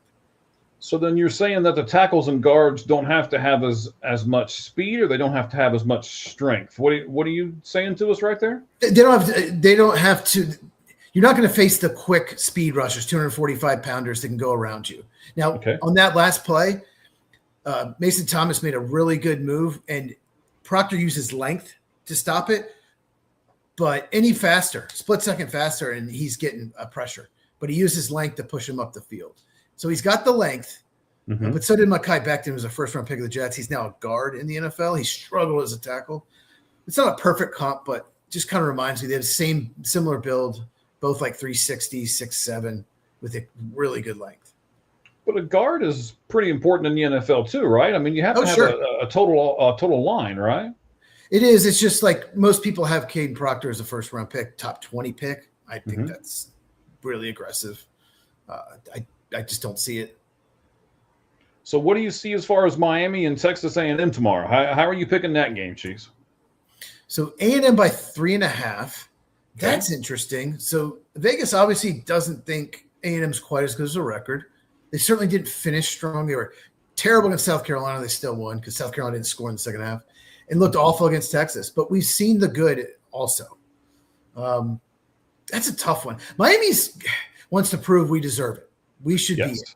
So they have something to prove. Yes. If they get blown out to a team that Notre Dame lost by 1.2, then then everybody's going to start chirping. It's tough. I wish I knew how good Carson Beck or bad he'd play. Looks like a fourth and 2. You have to go for it. Yeah, you have to go for it. I don't like on 3rd and 6. Field goal here? No, you got to get a touchdown. A field goal doesn't do anything. It gets you 3 points. It gets you within 2 scores. Yeah, but are they even going to score 17 points in this game if they kick field goals? Well, I don't know about that, but I mean, right at the moment, what if you get nothing? What if you get 4th and 2 and you get stuffed? Don't you need to get something? 4th and 3, you go. At 4th and 7, kick the field goal. 4th and 3, you go. Okay, let's see what happens. And they're going to get it. And they might get more. And they do. Lazio Brooks. Boy, he's having a game. He is having a game. Is it Lotzai or Lotzi? We can't. I don't know because we're not. It's muted. So yes. So maybe somebody watching can tell me how to say his name, Lotzai or Brooks. Yeah. What happened to Bob Smith? Just be Bob Brooks. Can you just name your kid Robert, please? Thank you. Please, it'd be nice. Be nice. William. Just a couple. Yeah. Because especially if he's going to be a superstar in college, could you please be nice to us on some of these names? As you know, I'm bad with names. Although I'm maybe a little bit better than you, but there's a flag on the play. The field goal is good, but there is a flag. I'm gonna believe in Marcel Reed. Has a better game than Carson Beck. I think that's what it comes down to. The better quarterback. So give me A&M to win something like 38-31, something like that. 7 to 10 points. So give me A&M to cover the 3.5 and win. Yeah, we'll see. All right, so I'm going to disagree with you because I think the other factor is the big motivating factor for me. I've talked already about chemistry a little bit. I brought up that question. And I think there's some things that are really motivating factors for some of these guys, not just, the players themselves, but I agree with what you said earlier. Miami wants to prove that they belong. And in order to do that, they have to win. So I really think Miami's going to do pretty much whatever it takes. I can see them doing some trick plays, some gadget type plays, or, whatever it takes to win this game. I don't think they're going to win it by a lot. In fact, I would say probably 4 points or less. But I'm going to go ahead and pick Miami over Texas A&M. I'm going to give you a couple of Texas A&M players to watch. Sure, let's do that. I really, really like this guy for the NFL draft, Casey Concepcion. I believe it was NC State. I think it was NC State because that's where I first saw him. Transfer. He can return kicks, return punts, play in the slot, play outside. He can do everything. One of those guys probably go in the second round. Maybe he's one of those guys sneaks in the end of the first round, like I talked about earlier. Let's see. Because I trashed it. I made video about it. We talked about the podcast. We agree. Absolutely. Now, when you made your video, Cheese, where can we go back and find that video, sir? Where was that? It's at Football with Cheese, CHEEZ. Just search me on YouTube. Follow me on X at Football Cheese. Basically, same thing without the whiff. And you can search my videos. Basically, I said Notre Dame should be in the playoff. I did 2 college football videos, reacted to it. And one of my main points why Notre Dame should be in it is they should have been ahead of Alabama. I don't think Alabama should have been in. And if they're not punished for the conference title game, then why was BYU punished? That's kind of what I'm saying. They got punished. Right. But Alabama was not. So, it's okay. You can lose to Georgia, be dominated. It's okay. So, yeah. I will agree with when they said, and sure, absolutely, Roger. I know this is Roger. Roger, what is the wrench for there? What Red Hot Reds podcast, and then you got a wrench after it. I think he's like an admin, like administrator for the channel. Oh, okay. That might be what the wrench means. Because I don't. Can you imagine if Notre Dame was playing Oklahoma right now? How much close? This would be a good game. This would be. See Jeremiah Love against this Oklahoma defense. I would have loved to have seen this. That. Would have been an awesome matchup. This game sucks. I know it's 17-7. They got a touchdown, but this has not been a fun game. Okay, that sucked, but it hasn't been a super fun game. I would have loved to see Notre Dame play here in Oklahoma. I think that would have been a fun game to watch. Yeah, so on their first 9 drives, Alabama got 12 yards, and on their last 9 plays, they got 75 yards. So, not 9 drives, 9 plays. So the first 9 plays, they got 12 yards, and then the last 9, they got 75. So maybe they're finding their groove. Maybe they've made an adjustment. I mean, we've seen teams start off slow and come back. They had to get a touchdown on that drive. And, Ty Simpson, made some throws, and Brooks, we'll just say Brooks, number 17. He had a heck of a drive. The other name real quick I want to talk about is Cassius Howell.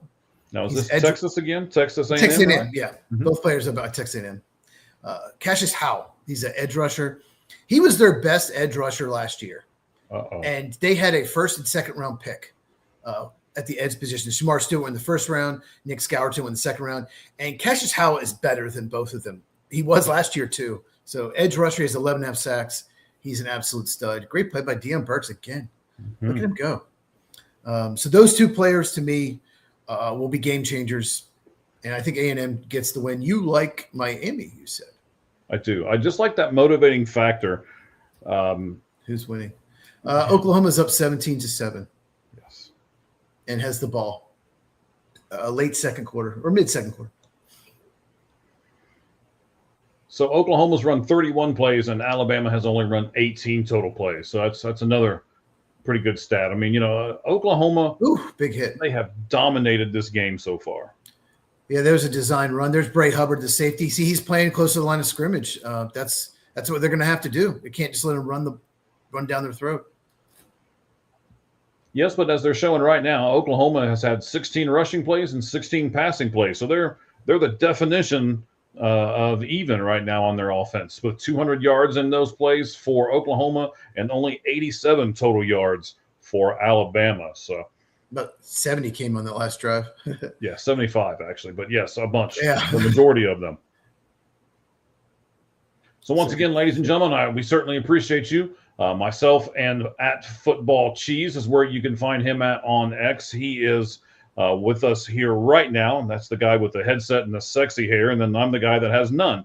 So we're very happy that you're with us here. The Lights Out Sports live GameCast of Alabama versus Oklahoma here, the first of many college football playoff games. We don't know exactly how many of them we will be doing, but we will keep you up to date. Make sure you go to our X site. That is at All Gloves Off SM is our site there. The SM is for sports media. That's what we are all in together. There's some other podcasts that are with us, and hopefully, almost got him, but did not. Some additional ones joining us soon. Oh, look at this. He dropped it. That's a running back. Oh, it's a backup running back. You got to make that catch. Oh, almost a sack. But look, the Mateer could have run for that. I get you want the big play in the passing game, but you have that. You run for that. Like, he could have run 5 yards easy. It was 3rd and 3. Like, you got to run that first down. Great job on Mateer to get out of that. It's different if it's first down or second down, right? But this is third. Yeah, I see you got to make sure you get it. That's just got to be caught. I don't know how you can do better. It's a perfect pass.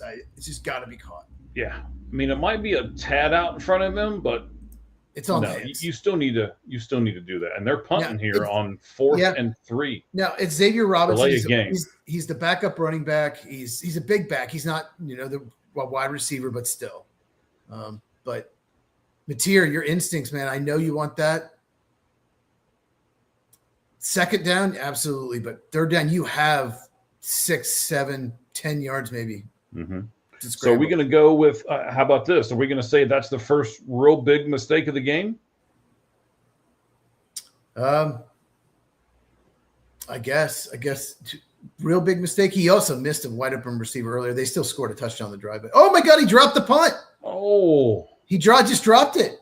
We got a game here, folks. Yes, we do. This is looking like a complete dominant. That guy's huge. What's he eat for breakfast? Holy crap. He eats the whole buffet. There's no food left. He does. Mike walks in. There's no food left. So sorry, sir. Alabama football team was here. He just drops it. That's right to him. I mean, that's snap was perfect. He just dropped the ball. It's almost like he was throwing the game. It's almost like they're trying to keep it close. Look, Johnny on the spot there. Number 96 for Alabama starts with a K. It's not John Mateer's fault that he dropped the ball.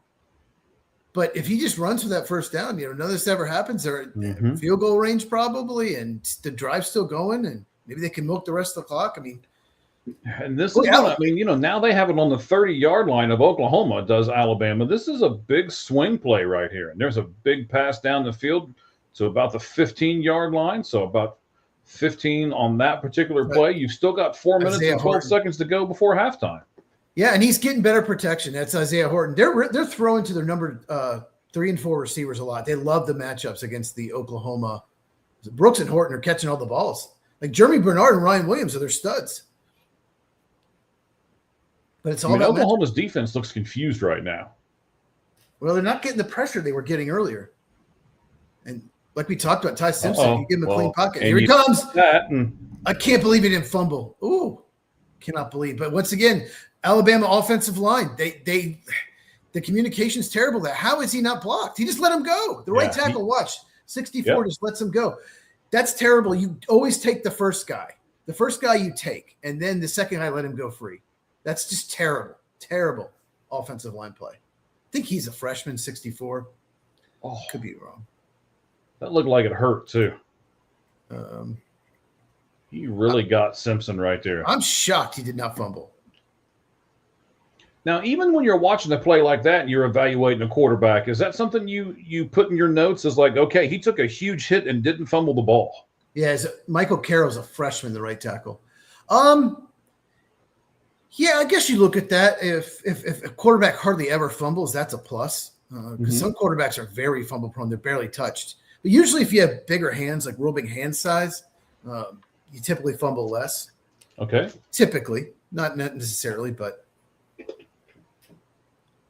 like Jared Goff's got small hands; he fumbles a lot. He also can't run away from much pressure. No.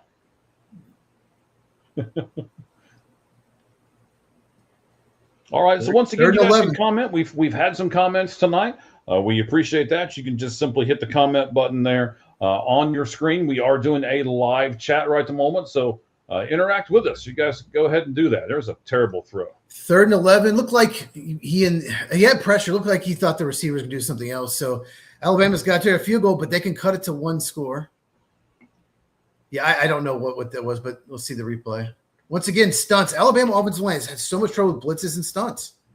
Oh, the running back did a terrible job. Oh, he was trying to throw the running back, but he got chipped by the defensive end.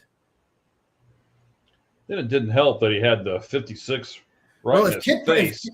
If Kip Perkins, Kip Perkins, what is that? Whatever his name is. If he watches the quarterback, he intercepts that. Yeah, what's his face? I'm having trouble with names. It's all right. Kip Lewis. Sorry, Kip Lewis. So now with 2 minutes and 8 seconds left in the first quarter, it is 17-10. Oklahoma still has the lead.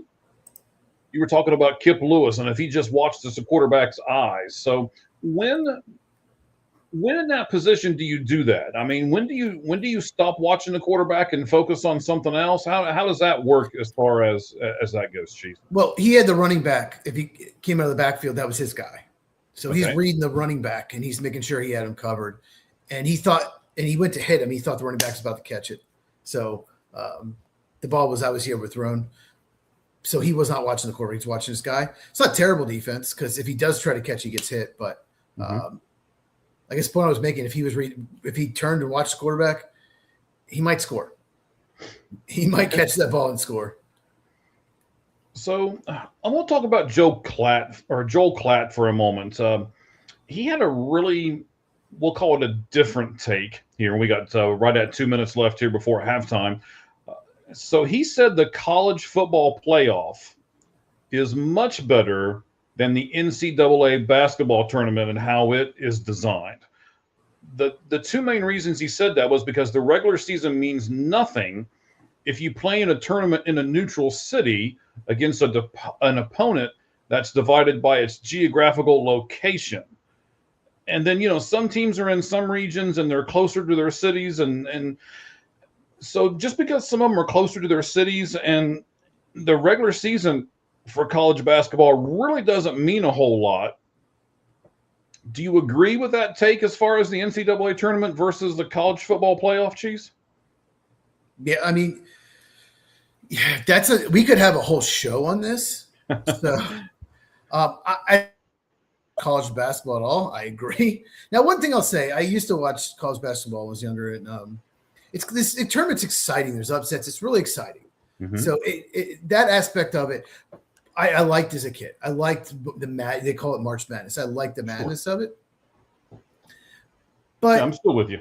But he makes a good point. Like, why is a team that might be like 30-7 or whatever, why are they playing? They could be an East Coast team playing maybe the number 2 seed in the West, might be playing like BYU or Boise State or something like that, who's like a 14 or 15 seed or something like that. Right.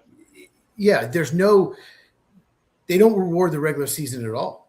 At least you get a bye and get a home. At least the teams ahead get a home game this round, and the next teams, the top 4, get a bye. So you could the best team all year. Gonzaga had a year where they had like 1 loss or 0 losses or something. They lost like in the Sweet 16 or something.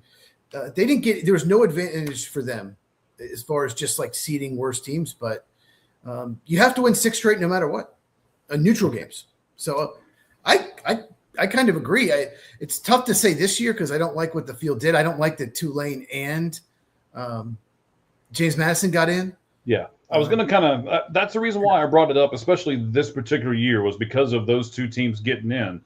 But at least they were ranked, right? I mean, that's kind of the saving grace of the whole thing. They were at least ranked, and there was I don't want to say a viable reason, but at least a reason why they got into the playoffs. Nick Saban said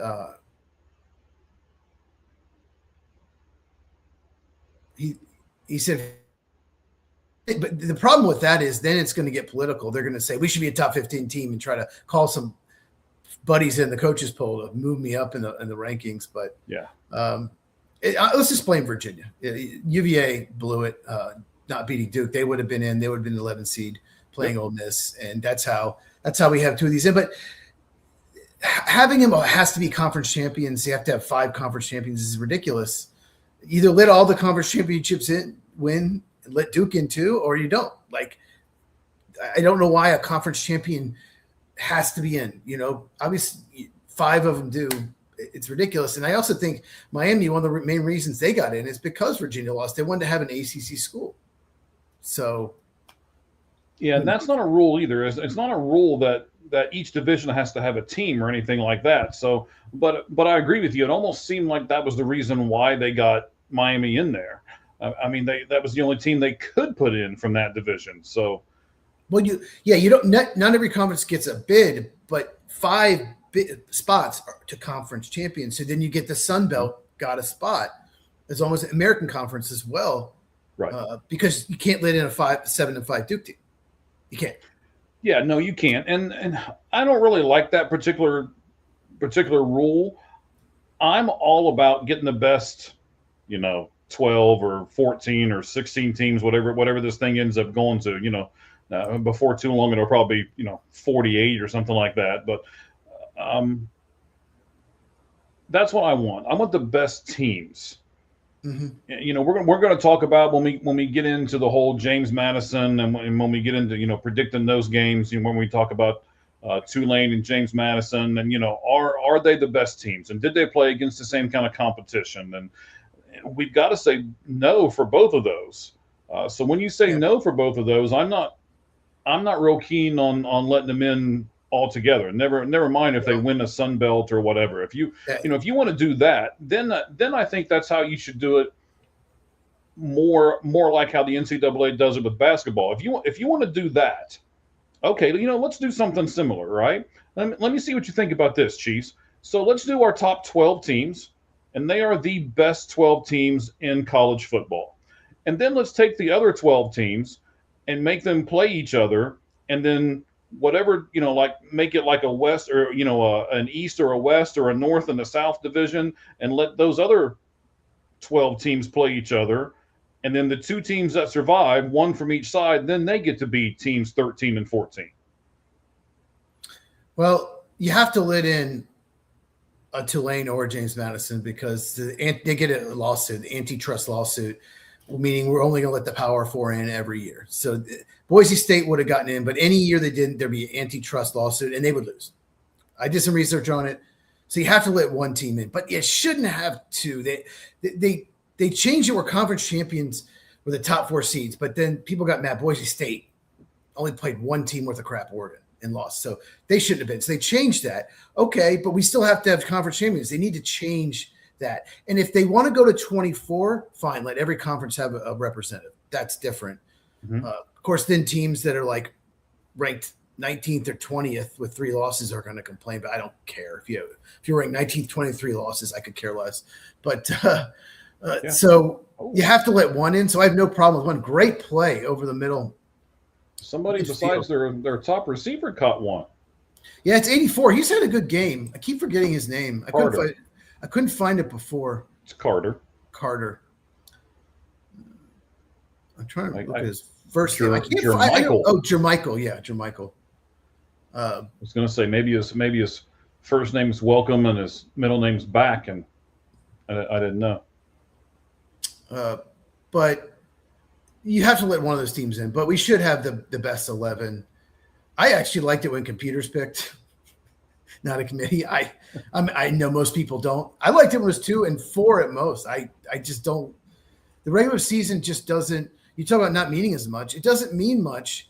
If a 10-3 Alabama team is in, same as an undefeated Indiana team. Why is a 3-loss team in a playoff that might, if they come back and win, they'll play Indiana. And it's like, okay. I don't know. The problem with the 4 is they left out undefeated Florida State, and they left out Georgia, who lost only to Alabama in the SEC title game, otherwise undefeated. They really needed 6 that year. And that's why they went to – but they didn't go to 6. They went right to 12, which is a mistake to me. And now people are going to want 16 or 24. And when it's 24, they're going to want, 32. It's going to – and eventually there's just going to be – there's no bowl games anymore. Yeah, so when we get to the halftime here, which is about 1 minute and 26 seconds away, we're going to talk a little bit about this NIL stuff and what's happening. Oh, my God. Intercepted. Could go all the way. We're about to have a tie game. We got it. Holy crap. This is one thing we talked about Oklahoma couldn't do is start turning the ball over. Yep. The receiver didn't run the route. Miscommunication. Just did not run the route. Unbelievable. I was looking at my phone. I wasn't looking at the screen. Unbelievable. That is. Wow. What a turn of events in a quarter. I believe it's Xavier Brown was that to get the pick. I just don't know what happened. It looked like the receiver was supposed to run a little quick. Yeah, I'm disappointed here, ESPN. I mean, come on. You're supposed to be the worldwide leader in sports, and you can't give me a replay before they kick the field goal? I mean, come on. 17-17 now. 1:18 left. And you were correct. Brown did make the interception. Xavier Brown, I just don't. Here comes the replay. Let's see what's going on here. I don't know what the receiver's doing here. Or I don't look. He completely. Yeah, he kept running, and he was not supposed to. He's not one of their top 3 receivers. That just can't happen. It cannot happen in a game like this. This was 17-0. Unbelievable. Wow. Right before half, too. Crazy game. And then we were talking about how this game wasn't fun. This game's gotten really interesting. The turnover, they had a muffed punt and now a turnover. Like Oklahoma was in control of this game. Now they're beating themselves.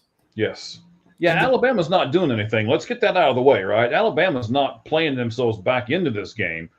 Oklahoma's playing themselves out of this game. Well, that drive, when it was 17-0, go down and get 17-7 was big. They got some momentum. And, yeah, the last 2 drives, Oklahoma, muffed punt, interception. Xavier Brown. Mm-hmm.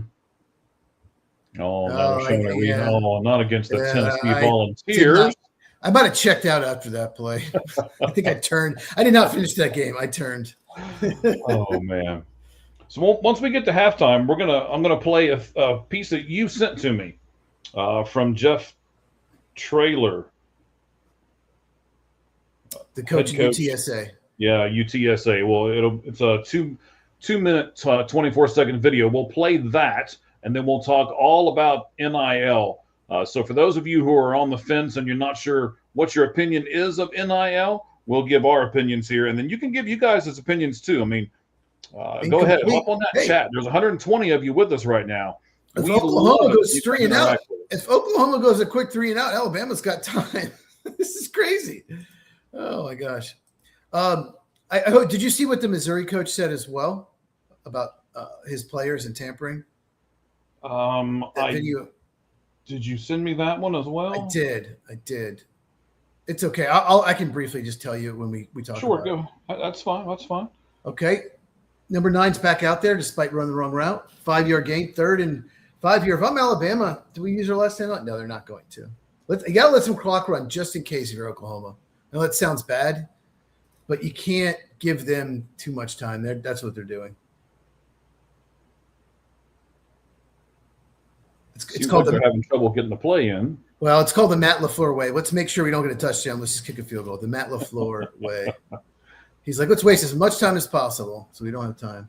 But what they're doing here is, they're making sure they don't leave them time. They have 3 timeouts, but they're taking too much time. They should have snapped in about 40, 45 seconds. Right. It's almost like they don't want to score here. Yeah, they took way too much time here. And they're not going to get this first down. Yeah. I think this is terrible play calling. They're playing for the half, a tie game. You had a chance to go down and get a field goal, get some momentum before the half. I don't like this. Matt LaFleur is taking over as play caller. Matt LaFleur is clearly the new head coach of Alabama. He took over just all of a sudden. Yeah, Alabama used their last time out. I would too after that muff punt. I would too. Yeah, this game is really taking a turn. We said, is that when they had the first momentum swing? Is that something when they had that punt, right? Is that something that can turn this game around? And obviously it has.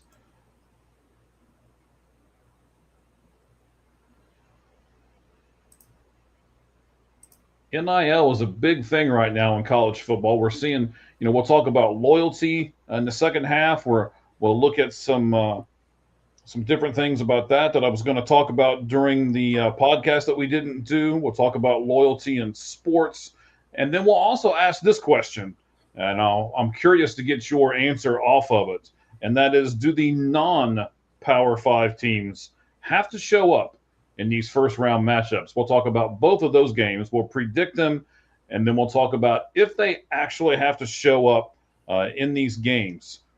And if they don't, what kind of consequence that'll bring. So stick with us, Sarah. We'll be doing halftime here when we talk about NIL, and then we'll do some other stuff in the second half. Keelan Board does not look really happy right now. Real quick. He's not look happy all games. I'm out of water. I'm going to real quick before halftime. Yeah, that's fine. Go right ahead, sir. I got this for a minute. You go right ahead and do that. So once again, we got 22 seconds left here. It's tied 17-17 as we get really close to halftime here. Caleb DeBoer is just going crazy on the sidelines right now. I'm not real sure what he is going all nutso about, but he certainly is. Up and down the field and hands on hips right now, shaking his head in disgust as Cheese takes a small break and goes and grabs himself a little bit of something refreshing to drink.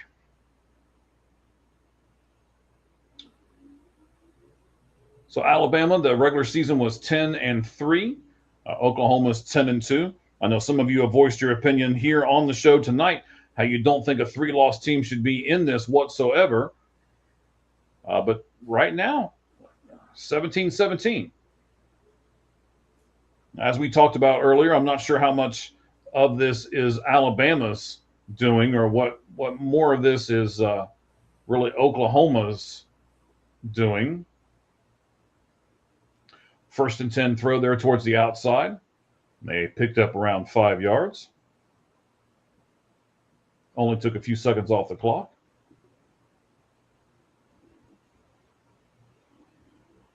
You are watching the Lights Out Sports Live GameCast of Alabama versus Oklahoma in the first of 4 this weekend of the college football playoffs. Oklahoma quarterback almost got absolutely killed right there. He dove forward just to try to get something. Pierre was all over him there. That was a busted play. We got 14 seconds left, and it's 3rd down and 10. At this point, I think you either go for some kind of just kneel down type play as Oklahoma takes its second time out here. Either do that or you just simply, you kneel down or you just go for the gusto here and see if you can't get something over the top. I don't want to see them turn around and run something conservative or something like that just to get 4 or 5 yards. Either kneel down and take it at the end and just say, okay, we're good here, or you simply go for it. You try to, like I said, try to get something over the top. Here we go, 3rd and 10. from their own 46, and they did exactly what I didn't want them to do, which was just kind of throw a small screen pass. They did. They got like 3 of the 5 yards, and now it's going to be 4th down, and the quarter is over. Jogging off the field here at halftime, Alabama will receive the second half kickoff. We certainly appreciate all 120 plus of you who are with us right now live here, Lights Out Sports. We love doing these watch-alongs with you guys, and we thank you very much for being with us. I'm going to give Cheese a second to get back with us, and we are going to play a 2-minute, 24-second video from Jeff Traylor here, who is the head coach of UTSF, talking about NIL and how it's wrong, and some of the players and stuff that he's got and how everything's going there. Cheese, you didn't miss a whole lot, sir. So you picked a little good time to go get some water. Oh, I was watching it. Okay. Yeah, I had a little snack too around the bathroom, so I'm good to go. All right. I'll probably do the same thing here in just a little bit, but I thought they had to punt, but I guess somehow they got a first down. Maybe there's a penalty. I don't know. Yeah, there's a penalty. I believe that was involved there. And look at DeBoer right now. He just looks like he wants to, like he just lost his best friend or something. Crazy game. Mm-hmm. And I never realized how big that man's ears are. Look at that. Holy snot. Looks like an alien up close. Okay. Anyway, let's stop making fun of people and let's move on to our halftime topic here. So again, this is going to be Jeff Traylor. He is the head coach of the Roadrunners, and he's got some pretty poignant things to say. I'll be playing this off the cell phone here, so it might take me a second to get the volume and stuff right on it, so bear with me for a moment. But let's listen to what that coach has to say. We'll be a shell of ourselves. But whoever we got out there, we're going to go out there and play the best we can. It's just the numbers so big with all the tampering, all the agents, it's coaches too. It's all of them. Our kids are being numbered they're being promised such incredible numbers. They're getting lured into the portal. I just hope all the things those coaches and agents are promising they're going to do for my kids. I really hope so. And I hate it because I really want to coach them in a bowl game, but they're getting leverage out of it. Their agents are telling them that they got to not play in the bowl, and they get this number, they don't play in the bowl, so it's ridiculous. I hate what's going on with college football. I just think the numbers just gotten so large. You're talking about teams that have $26 million to $40 million, and the number's just too big. And who knows if they're being told the truth? It's sad. It really is sad. I never thought we'd be, punished for making a bowl game. So let's talk about a couple of those things. So he calls them my kids, right? And the last thing he just said was he can't believe they're going to be punished for going to a bowl game. Do you think that's the case right now for some of these lower teams, that they're being punished for going to bowl games? In a way, he's got a point. It's bowl games are just every year get more and more meaningless. I know you hate it. You love the bowl games. You can hear me, right? You can hear me? Yeah. Okay. Yes, I can hear you, sir. I don't know. I feel like there's an echo all of a sudden. But, yeah, I think they are. The whole bowl game situation, no one used to opt out. Now all these people are opting out, or they're just and if you have a bunch of transfers, and then a bunch of people that go pro, they don't want to play. Like all of a sudden, you don't have enough people for your roster, or you're playing guys. What if you have to play red shirts? You didn't want to play, and all of a sudden your fans come out to the bowl game and don't know who half the players are. Right. And you want them to travel. You want them to travel well to the bowl game as you're playing at. I mean, some of these schools are going to travel clear across the country for a bowl game, and then their fans aren't going to know who half the people on the team are. So, well, more fans might stop going to them with in this case. Right. That's true. That's true. Now, what about what he said? He was saying that he may have to play with 20 less of his players, basically because they're being poached. And they're being promised all this money, and hey, if you play in the game, we're going to reduce your NIL and all this kind of thing. That's not fair, is it? I mean, if you offer somebody an NIL deal, they should get that deal regardless whether they play in that bowl game or not, right? They don't want them to get hurt. Well, I get that, and if they get hurt, they just don't offer them the contract at that point. That's kind of bad too. Oh, wait, want this, but don't play in the ball. The system's broken. It's a bad system for so many reasons. We might, if you want, in the off season or maybe between the quarterfinals and the finals, we can do a whole show on this because there's so many things you can talk about. But the system is broken. The poaching. Let's talk about that. Okay. If you're a team like UTSA or a North Texas or a Tulane, who actually were good, even like Memphis, people like that, if you have a player break out and really good, all these teams are just going to call them and offer them more. What are you making now? We'll double that. We'll triple that. Come to our university. And so what's happening is teams that are really good, that always are in the top 20 in recruiting, might have a hole here, a hole there. Okay, we recruited this running back didn't work out. Our last 2 4-star running backs didn't work out. Hey, let's just go get that team's running back. Same with quarterback. Same with receiver. Let's just go. We can fill our holes there. So the rich get richer. The stud teams get better, and the teams that are 8-9 win teams in a lower conference, those coaches can't even keep their best players. They're all going to go to other teams. So every year you're losing all your best players. Not all of them, but a lot of them aren't staying. They're going to get, even Arizona State might lose their quarterback. Who knows? Maybe he goes to Michigan. Maybe. Yeah. Well, we'll connect some of these dots here in a little bit. But you're gonna don't make me upset this early in this thing. We're only at halftime. Okay. I had to bring it up. I know you would hate to hear, but we had to talk about. I have to talk about that. No, we will talk about it. Absolutely, we will. But let me talk about the Missouri coach said.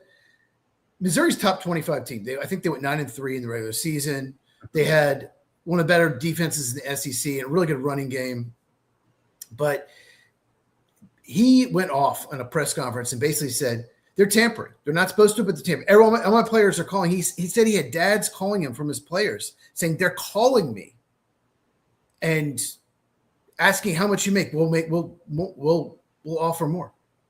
And so and the Missouri coach said, his name escapes me, he actually called these coaches from these fathers and they denied it. He's like, you're lying.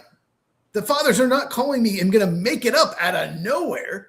Right. But they're denying it. So they're basically all his players are being called. And this is a top 25 program. Maybe not top 10, but this top 25 program, all his players are being called, all his good players. That's a problem. That's a huge problem. And they've got to fix it. And I just don't like the fact that teams like a UTSA, okay, Aaron Jones, running back, used to play the Packers, plays the Vikings. He went to UTEP. He spent 3 years at UTEP. And then he went pro and was drafted 5th round by the Packers. Okay.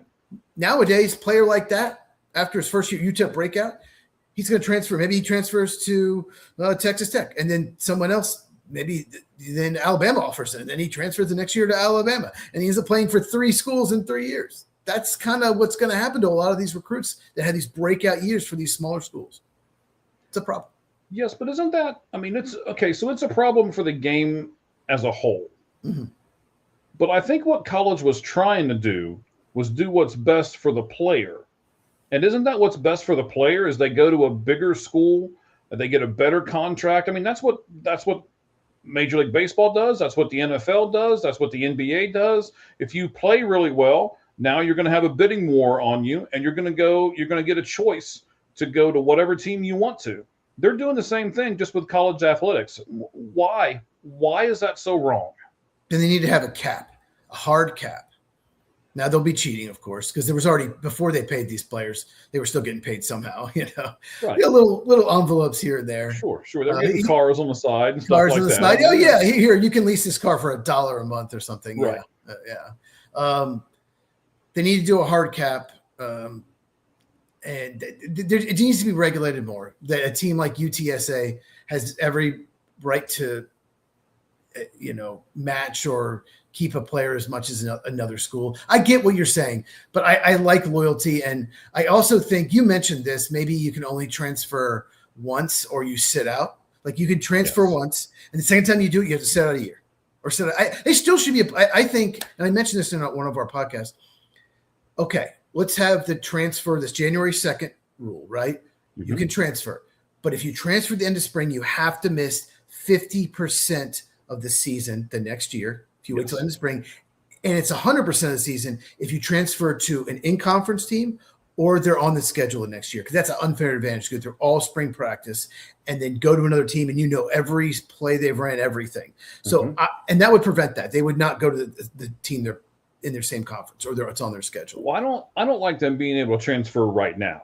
We shouldn't be talking about this right now. We should be talking about these matchups right now, right? We should be talking about how great these players are right now. And what's dominating the headlines is which coach is going to go to which team, which players are going to go to the transfer portal. Once they enter the transfer portal, where are they going to go? And none of that. We shouldn't be talking about any of that. Yet we're forced to right now because of the way the college football calendar is. Yeah. And like I said, as a draft analyst, I don't like this either. Like, it used to be if you were a junior and you were good, you were going to be a top 50 pick, you go pro. Right. Rarely. And there was no doubt. Like when Monte Ball said he was coming back, I was like, wait, what? Monte Ball, what are you doing? Why are you coming back? A running back, Wisconsin? Like, what are you doing? Go pro. It was rare. But then like Travion Henderson stayed another year. He's like, okay, NIL, but now NIL. So you don't know who's gonna. It's got to be tough on NFL teams. They're trying to scout you. Who's going to go pro or not? Because you want to focus on those players. So it's kind of annoying to me. It's like, okay, I might go pro, but wait, let me see if an NIL deal out there offers me more. I'll just transfer and play one more year at this university, and then I'll go pro. So, like I said, there's some prospects tonight in this game that I don't know if they're going pro. I probably know where I'd rank them right now if they were, but I don't know. Like, because these universities want to keep them. They're going to offer more money. Or another university. Or another one, yeah. Yeah.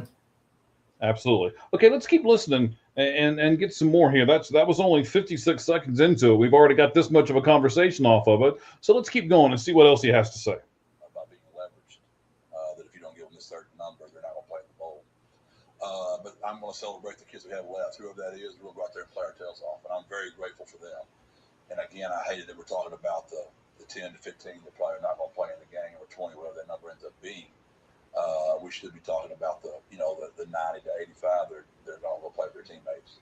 It's like I have just woke up in another world as compared to where we were 6 years ago. The last time we went to the First Responders Bowl, how many of our guys now would show up at 5 a.m. to get 3 nurses stick Q-tips in your nose so you could practice that day? And now we're out because you don't get a certain number. You're not playing the bowl. It's sad what we're doing to kids. It really is. I hate it because I swore I wasn't going to let y'all get me into this anymore. But y'all are smart. Y'all are seeing other kids that are out there. The game. What I do is lie to y'all, and I can't lie to you. You got to comment on it. It's terrible what we're doing. There's no such thing as tampering. There's no such thing. Coaches talk to players. Agents talk to players. Oh, well, then turn them in, coach. You think those players are going to give me the coach that's actually talking to them? Why? It's driving the price up. The more they get driven up, the price goes up higher and higher and higher. And as long as there are people going to pay it, who's going to stop it? What's going to stop this? What's going to stop it? So what's going to stop it, Cheese? Is there anything we can do, or anything that the NCAA can do to stop this whatsoever? Yeah, take away the go back to the old transfer rule. You have to sit out a year, or at least make it sit out half a year.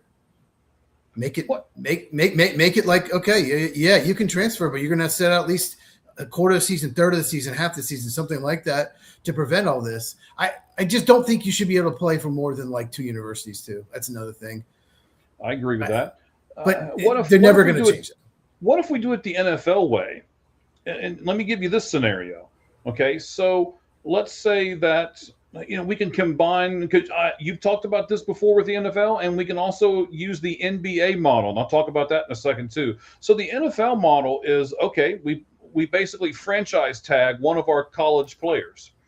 And if another team wants to poach them, then we get the opportunity to give them the money that they still need or still deserve, based on like the top 20 at that position.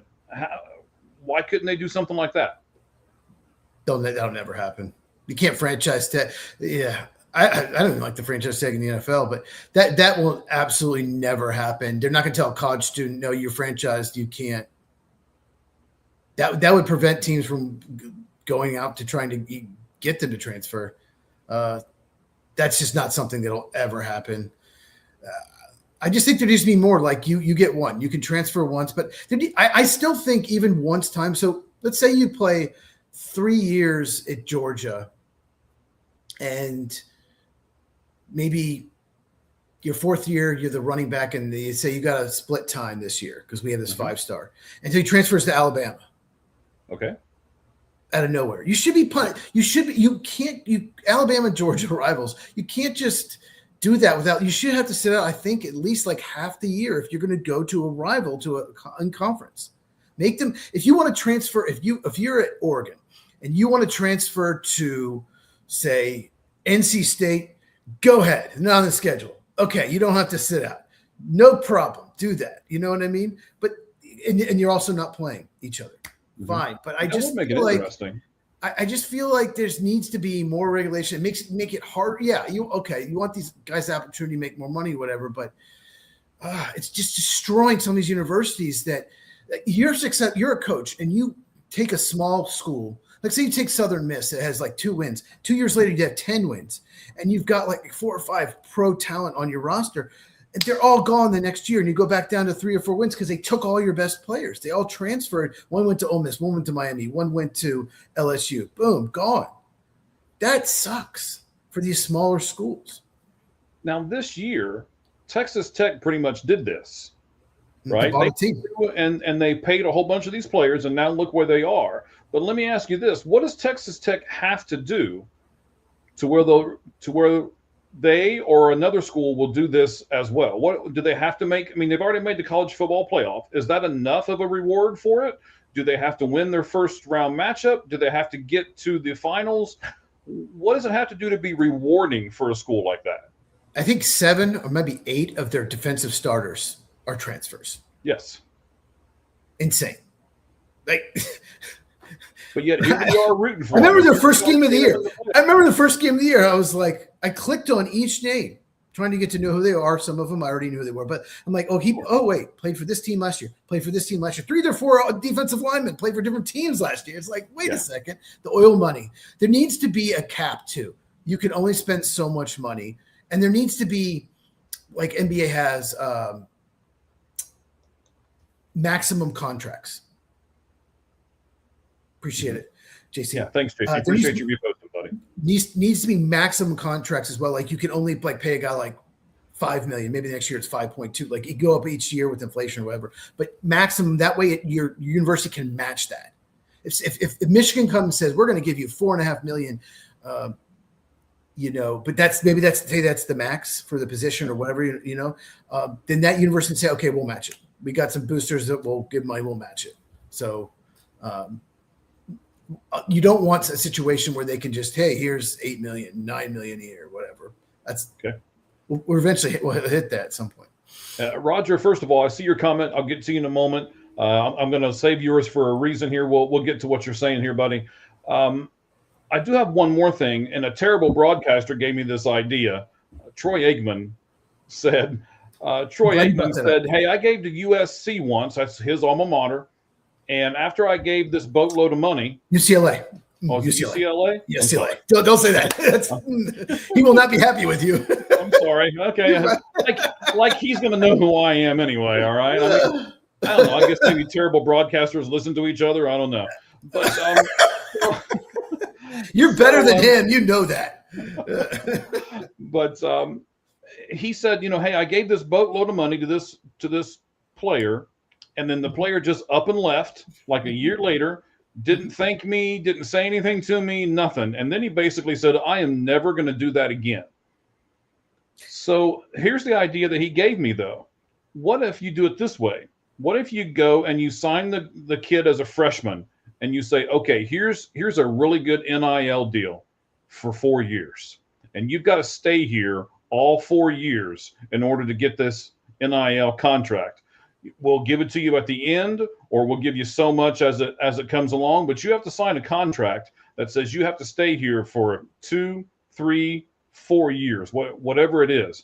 And that way you know that you've got that player in the fold, and you can make him the face of your college football team. You can put him on your posters. You can put him on whatever you want, flyers and everything else. What do you think about that? Maybe deterring this jumping from team to team to team thing. Well, I want to touch on both things you said. Sure. The second thing you said, yeah, that'll never happen, because what if you sign a contract with a team and then you get benched? Well, that's the chance the team takes. It's no different than baseball or football or any you other can't sport. play. I mean, you want to play. What if you're a quarterback and the next year they recruit a 5-star and they start him over you and you're stuck there? You have that contract and you can't leave. So that's never going to happen. They're never going to tell someone you're stuck at this university. What if the coach leaves and you're a terrible fit for the new system? It doesn't fit your style of play. So I get what you're saying. How about this? If you leave a break of contract, you have to pay it all back. How about that? Okay. That's what I'd like to do. I don't have a problem with that. Everything you've made. Pay a percentage of it back. If you sign a 4-year, $8 million deal and you stay for 2 years and then leave, you pay back $4 million.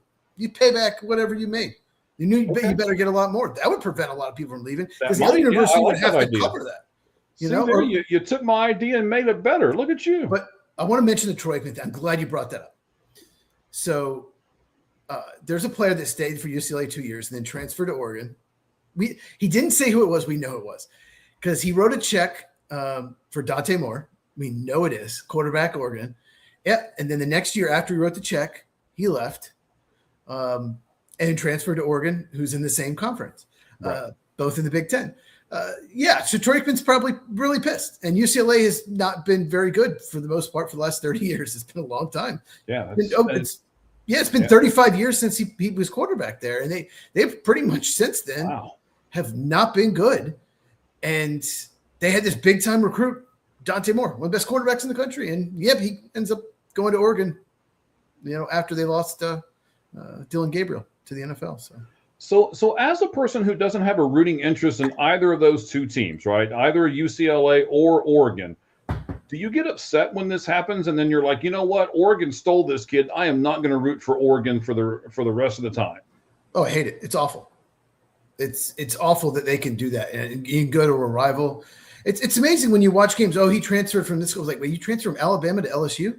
You transferred from Georgia to Alabama? Like, it's just like, wait a second, this is like criminal. Like, there was a guy that transferred from Georgia to Tennessee, and I was living in Tennessee at the time, and a Georgia fan was like freaking out. It was an offensive lineman. Well, his brother went to Tennessee, and he transferred there he wanted to play with his brother. And this Georgia fan's like, oh, guy, I hate him. I will always hate him, and he's the worst human being ever. And it's just like, I mean, I get his anger, but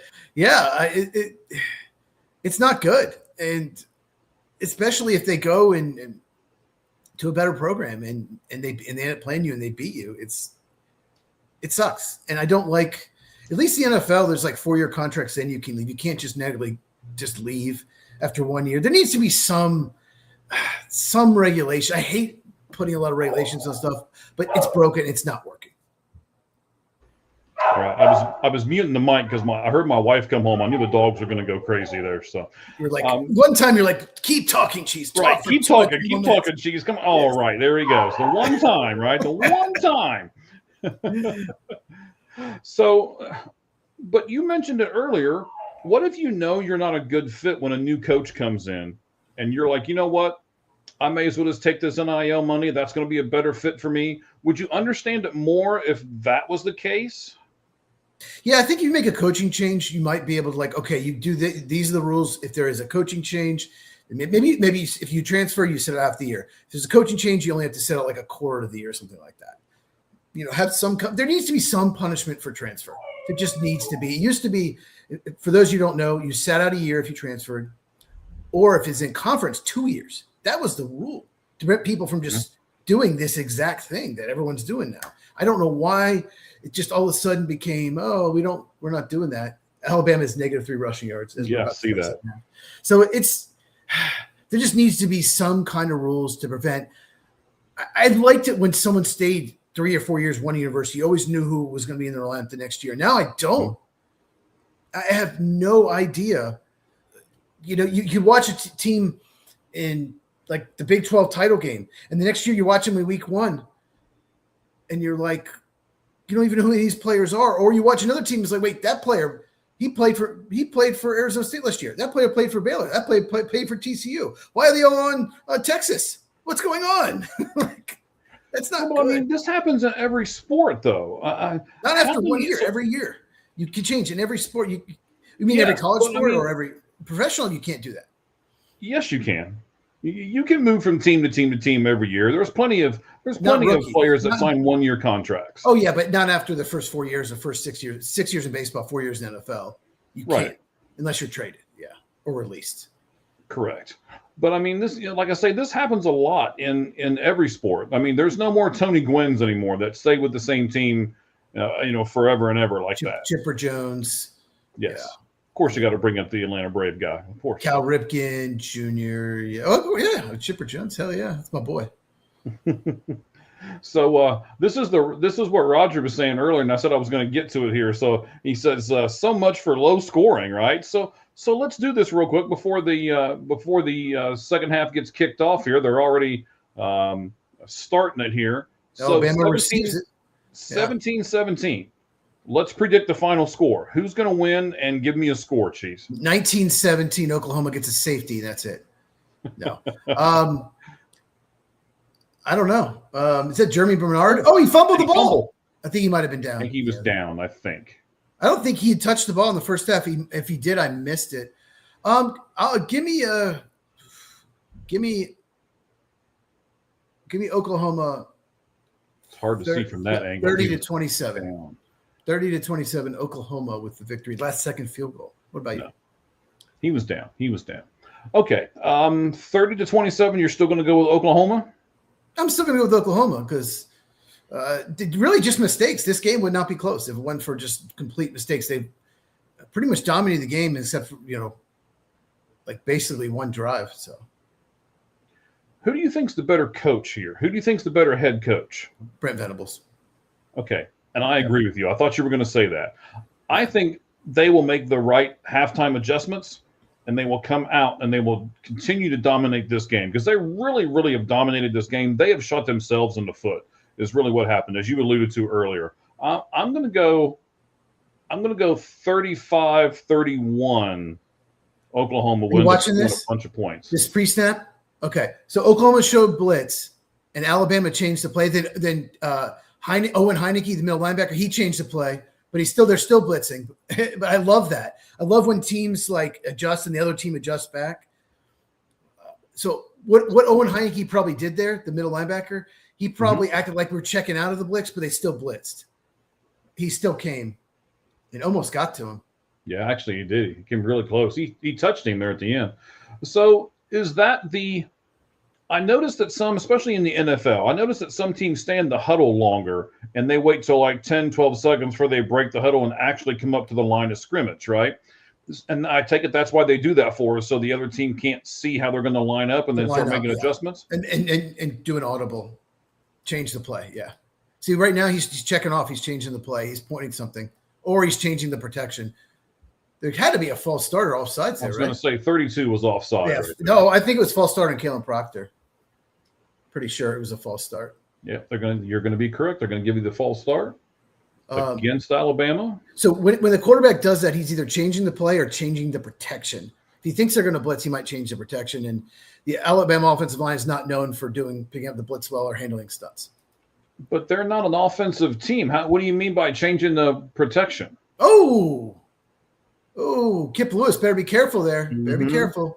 I mean, I think he acted a little bit, but yeah, changing the protection. Just who gets what? If this linebacker blitz, you got this guy. If this blitzes, the running back has you. This, basically the first guy come through, you get him. Second guy, the running back will get it. Basically, you're just Peyton Manning did this so well. If you watch him at the Colts, he would tell everyone on the offense line who you got. There is hanging your receiver out to dry right there. Still, probably could have been caught. They really needed to get some. That's another thing annoying me about Oklahoma. You knew you were kicking off the second half. Why didn't you go for it at the beginning of the first half? Play to win, but they got they forced the punt. I mean, it did hit him in the shoulder. Yeah, but still, I mean, he's in the air. Look, Ryan Williams. He was a 5-star. Okay, he's one of the best. He's one of the best freshman years receivers ever had last year. Okay, he needs to make that catch. He's one of the best receivers in the country, although he has not been as good this year as he was last year. But you can argue the two best. No, they could argue the two best receivers in the country last year were both freshmen, Ryan Williams, Jeremiah Smith. But Jeremiah Smith has passed him as he was better this year than Ryan Williams. And I think Jeremiah Smith, off top a little, I think there's a chance he could be the number one pick in the draft next year. If there's not like a stud quarterback, he's that good. Receivers rarely go number one, but he's almost a top 5 lock if he comes out. But you just said he hasn't had his really good second season. So what you said to qualify everything is Ryan Williams has no Ryan Williams Alabama hasn't. I went back to talk to Jeremiah Smith, Ohio State. I switched. You confused me for a second there. Okay, but I brought up both of them because they both were probably the two best receivers in the country last year, and they're both true freshmen. Oh, okay. And I'm saying Ryan Williams Alabama hasn't been as good, in my opinion, sophomore year, and Jeremiah Smith has. And then I just kind of went off topic and said, in the 2027 draft, I wouldn't be surprised if Jeremiah Smith goes even first overall. I think he's a top 5 lock.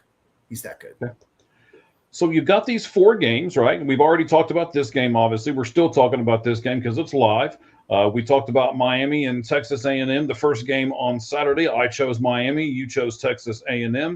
Next, we're going to talk about the number 11 Tulane Green Wave against the number 6 Ole Miss.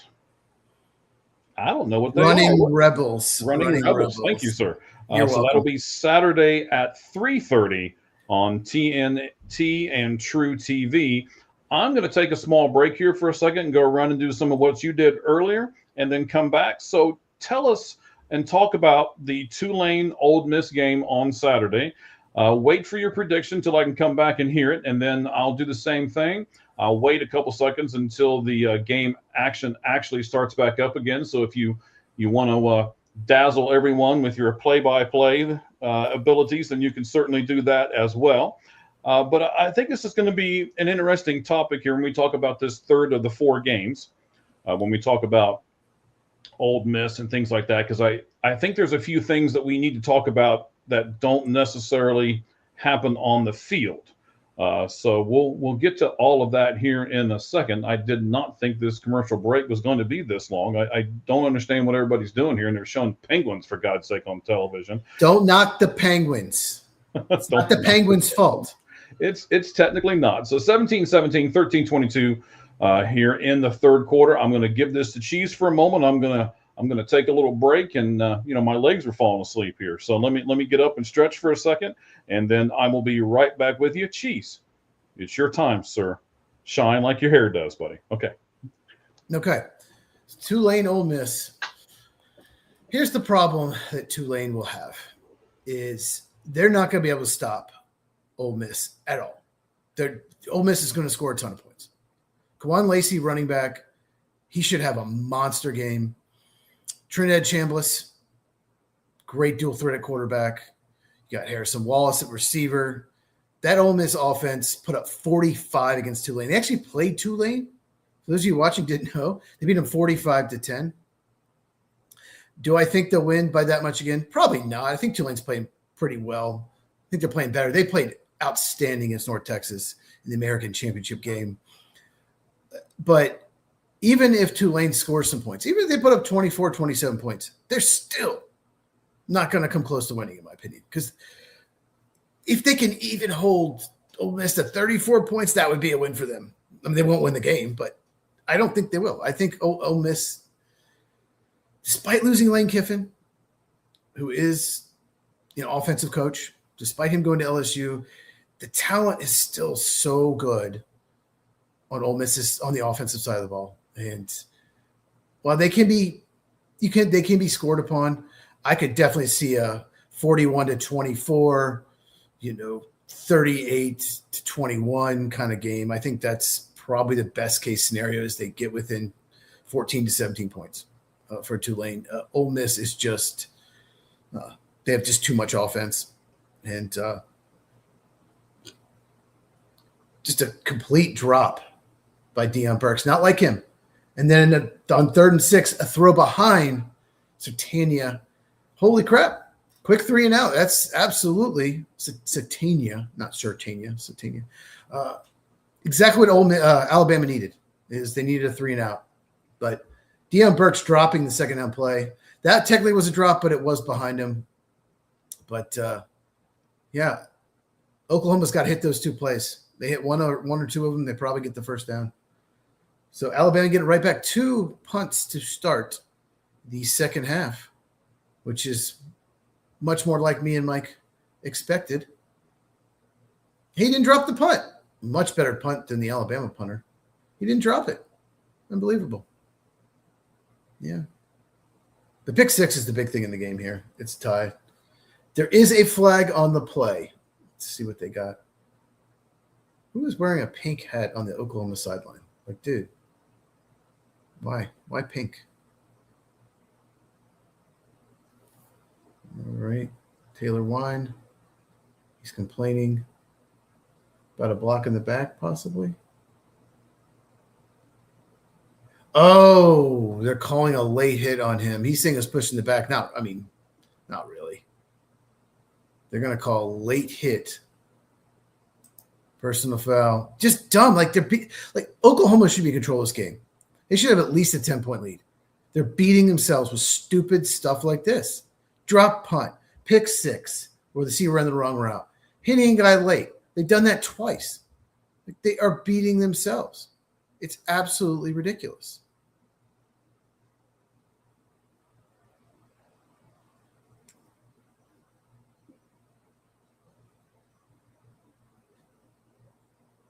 Taylor, anyone watching, it's Wein. I'm assuming it's wine. It's not ween, is it? Taylor, I really like him as a prospect. Sophomore. I think he'll play on Sunday. Plus, he's got a cool mullet. If the NFL player or a college football player is a mullet, they're probably going to be playing on Sunday. They're probably going to be an NFL player. With great mullet, though, comes great responsibility. So remember that, kids. Yeah. If you take nothing from this podcast, it's that with great mullet comes great responsibility. Pepperidge Farm remembers. Yeah. Now we got a commercial with the St. Bernard. Okay. That's a big dog. Okay. Let's talk about some NFL draft prospects. LT Overton is out for Alabama. I really wanted to watch him against Oklahoma. He's kind of the big edge. The story of this draft is going to be big edges, like 275, 290-pound edge rushers. Most drafts, you have a lot of 245, 250-pound speed rushers. The big edge is going to be the story of this draft. It's a good edge class, but it's a bigger one. So if you want an every down 4-3 defensive end, this is definitely a good draft for you. And I really want to see LT Overton play. Oh, it looks like Mike is back. And Keon Sabb, number 3 safety, Alabama. He's another guy to watch for the NFL draft. Let's see, was there another Oklahoma player? I think we've talked about them all. But if you missed it, Mike, they got another personal foul, stupid, after the play hit out of bounds. Didn't need to do it. Didn't really hit them hard. But Oklahoma's beating themselves. They went 3 and out there. Pick 6, dropped punt, 2 personal foul penalties. It's a tied game. They're beating themselves.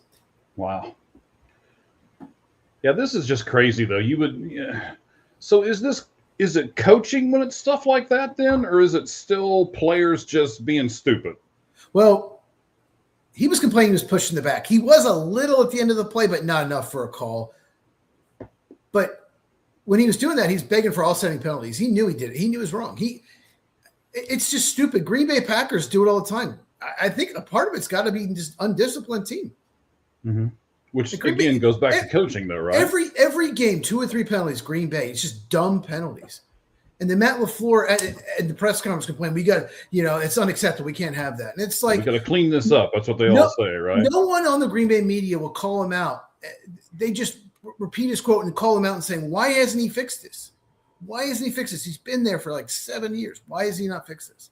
So it's just, yeah. I don't know. It's Brett Venables. I'm not going to say it is, but they're beating themselves. Oh, finally a big run for Alabama. They haven't been able to run the ball all game. Huge run there. He had a huge hole. It looked like he broke that back, or he cut it back, it looked I like. want to see who got the big block there. 56. 56-75 had an outstanding block as well. Mm-hmm. All right. So did you talk at all about Tulane against Ole Miss? Did you talk to our fans about that, sir? I did the whole breakdown. I basically I'll recap for you. It's just like there's just too many weapons that Ole Miss offense. Doesn't matter if you don't have Lane Kiffin calling the plays or doing the game plan. They have just too many weapons. So Tulane's going to give up points. Their only chance is to score, and I don't think they'll score enough. They just they lost by 35 the first round. I think it'll be closer, but the spread is, let's see, let me pull it up. Thought it'd be bigger. It's 17.5. I like Ole Miss to win and cover that and win by like 21, 24 points. Okay. I'm guessing you're going to go somewhere different, and you're going to use the Lane Kiffin as your reason. Yes, I am. I'm going to take some of these off the field things. So I will give you credit as what you said. This game's hard to predict. That's how I said. When we did the notes for the podcast, if you go back through and read them, there's a touchdown. Brooks, Lotsire Brooks, he's just been incredible in this game. Freshman, he has just stepped it up, and Alabama now has the lead. It's unbelievable. It was 17-0. We're about to have 24 unanswered points. I'm glad you said it that way, because I was going to say something about this. What a that is a term in sports that I can't stand. The term unanswered. Of course they're unanswered points. I mean, why do we make that such a big deal when there are 24 unanswered points? Well, because it was 17-0. It's just a term. It's never going away. No, it's never going to go away, but just because it's not going to go away doesn't mean I have to like it. But no, I think Kwan Lacey is going to be a huge problem for Tulane, the running back. I think he's going to have a huge game. I don't think they'll be able to stop him. And I just think, and Chambliss, great dual threat quarterback. Mm-hmm. I think it could get out of hand. Tulane's going to have to score. Their only chance is they can somehow get a turnover here or two and just keep scoring with them. But I like Ole Miss, and I like to cover the 17.5. Now, go ahead. What do you think? Well, I'm going to so again, yes, this game is going to be hard to predict, right? Tulane has played really well all season long, scored a lot of points, as you alluded to, but they've done so against lesser talent. They've not played a team like Ole Miss. Well, they did. They lost by 35. They played them and lost 45-10. That's the one time they played them and they got killed. Yeah. All right. Ole Miss has a different coach, and I don't know. I just don't like how this program is gonna turn out. I think they almost had to know that this was coming, yet they've not tried to hire anybody. They've just said, okay, well, our coordinator is going to come in and coach all of our kids, and everything's going to be fine. And I really and honestly think they've ignored the elephant in the room. And I don't know how Ole Miss is going to react because of it. And you're right. I'm going to take Tulane to win, not just to cover. I think number 11 Tulane is going to move on, and they're going to beat Ole Miss in this game. And there's another reason why, too. I dug into this a lot because I'll be really honest with you. I tried to find something that would kind of back me up here and say, okay, I've got to be able to find some kind of stat where Tulane is going to really have a big edge. And I found one. The deciding factor might be the fact that Ole Miss has – oh, okay.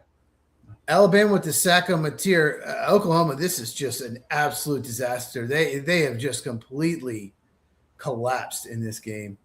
No one blocked him. And again, they shifted everybody to the right. He wasn't even rushing. His job was to spy the quarterback. And then he's like, all right, he's going to stand in the pocket. I'm going to go get him. I'm just going to get him. Wow. What a turn of events in this game. 2nd and 15. Need to get some yards here if you're Oklahoma. And he's going to get sacked again. And he gets sacked again. They're not a third and long type team. And you're right. They're not. They are not a third and long type team. They have to be not necessarily ahead of the sticks, but they've got to get something significant on either first or second down. They've got to get 5 yards on one of those 2 downs. They're a good third and short team because they have Mateer, because of his run. Yes, because he can run. Yeah. So the He just stat got on hit Tulane. You said Didn't the they stat, hit him in the face mask right there? I didn't think so. I'd have to see it again. That's not going to probably do anything. No. Got a better punt. And So that's what do what you they think is the stat for Tulane? Well, the stat for Tulane, Ole Miss has 7 interceptions all year long. So there's not a lot of the ability to flip a game like what we saw with this game. How the punter, I know it's not a interception, but the punter fumbled and that just flipped this whole game. So Ole Miss only has 7 interceptions all year, but Tulane has 15, more than double. I'm going to say that Tulane is going to get a couple of big interceptions, big turnovers, and that's going to help them win this game. So I'm going to pick Tulane over Ole Miss on Saturday at 3:30. Trinidad Chambliss is one of the best quarterbacks in the country, not throwing picks. He just doesn't throw interceptions for Ole Miss. But I get what you're saying. I just think Kwan Lacey's going to go off the running back for Ole Miss. I think they're going to, and he might. I'm not going to say no to that. He's outstanding running back. He's been kind of banged up. I think it's going to be a run first game plan. But they played each other. I think Tulane's playing better, but they played each other. It was 45-10. Mm-hmm. I know Lane Kiffin's there. I think it'll be closer. If somehow Tulane does win, Georgia's going to be ecstatic. They beat Ole Miss. It was at Ole Miss, but it still was a 1-score game. So it'll be much tougher. They'd much rather play Tulane than face Ole Miss again. So yes, they would. I'm sure that they would. We'll talk about loyalty in sports here, and you know what? No, we got a commercial break. Let's just go ahead and jump into this thing. So not only is the transfer portal filling up with several players, but there's several teams who all of a sudden they're just they're poaching people like the other coach talked about earlier. So we can't hold the players accountable for loyalty when coaches are leaving too. Do you agree with that statement, Cheese? Yeah, I still you don't want to, but you are. Okay, I got it. Yeah, obviously what Lane Kiffin did.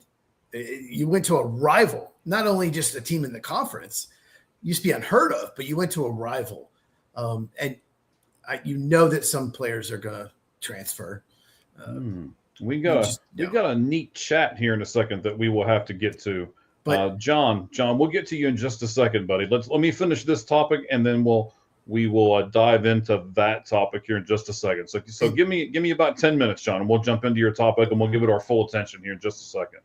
And one of the things with the players, they need to realize, like, you're signing with the university, you're not signing with the coach. That's like, you can't just go for the coach.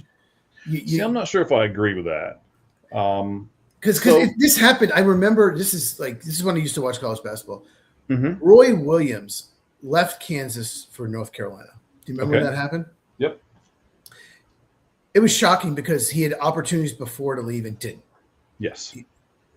And then he did. And Kansas, the guys that signed letter of intent wanted out of it. And Kansas said, no. We're Williams and Kansas, they're not going to let their 4- and 5-star recruits just out of it, because then they lose a whole recruiting class. And they should have said no. Like, you're choosing Kansas basketball. Now, I mean, they've still done. I think they've won 1 national title since, maybe 2. Mm-hmm.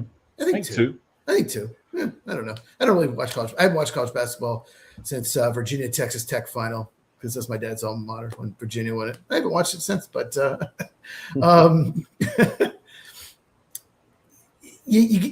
know you disagree with that, but you still are signing with the university. You're not saying, I'm going to Lane Kiffin's team. I'm going to Ryan Day's team. You are signing with a university. So you need to know that. It needs to be the last line. Maybe, when you says, I agree to this, and he's the last line. I understand that I'm signing with the university and not the coaches. That needs to be part of the signing. No, see, I'm gonna really disagree with you on this one. I don't understand that play call. Run with Ty Simpson on first down, no gain. Anyway, go ahead. Yeah, that's okay. The first thing is the game, right? So, our topics and stuff are secondary. So anytime you want to interrupt and because I'm doing some other stuff and I've got things on all around me and stuff like that. He also got nailed. No gain, and he got nailed anyway. So yeah, interrupt me with a game. Feel free to do that whenever you want. So I believe people do things for people. And this is what I mean. Where I work at, we don't have enough people, and we depend on overtime in order to supplement those positions. And it's not like I say, I'm going to go to that unit and work, or I'm going to go to this unit and work. What people say is, I'm going to go work for that sergeant, or I'm going to go work for that lieutenant that runs that shift on that unit. So I believe that people work for people. And I think when Ryan Day shows up in your living room, or, Kenny Dillingham shows up in your living room, or, pick the coach, right? Lane Kiffin, or whatever coach you want to pick. And that guy is the motivator for you. And that guy is the person who you want to go play for. Oh my gosh. 3rd and 2, and he dropped it. Jeremy Bernard, I was singing his praises earlier. Drops it. There is a flag. It would be 4th and 2. And he was clapping, so I'm going to bank it's against his defender. Yeah, it's all defensive holding. Yeah. Still, you got to catch that. They would have declined it. I mean, that's a huge play. Yes. And Fred Venables is losing his mind. You know what's crazy is Oklahoma has never won a college football playoff game. Did you know that? No, I did not know that. 0-4. Alabama's won 9 college football. I want to see. You were criticizing. No, he probably couldn't have. I was going to say, you were criticizing the Oklahoma quarterback earlier. That's definitely a hold. That's a good call. Yeah. Because you thought he could have run for it and gotten that down. He couldn't have run for that and gotten it down. So throwing it was the right decision at that point. But I do, they would have gone there. I wouldn't have had a problem with it because he was so open, because you're going to go for it on 4th and 2 anyway, because you're in Oklahoma territory. It's where they were going to punt. You got to know where you were. You got to have the right instincts. I just cannot believe Jeremy Bernard dropped that ball.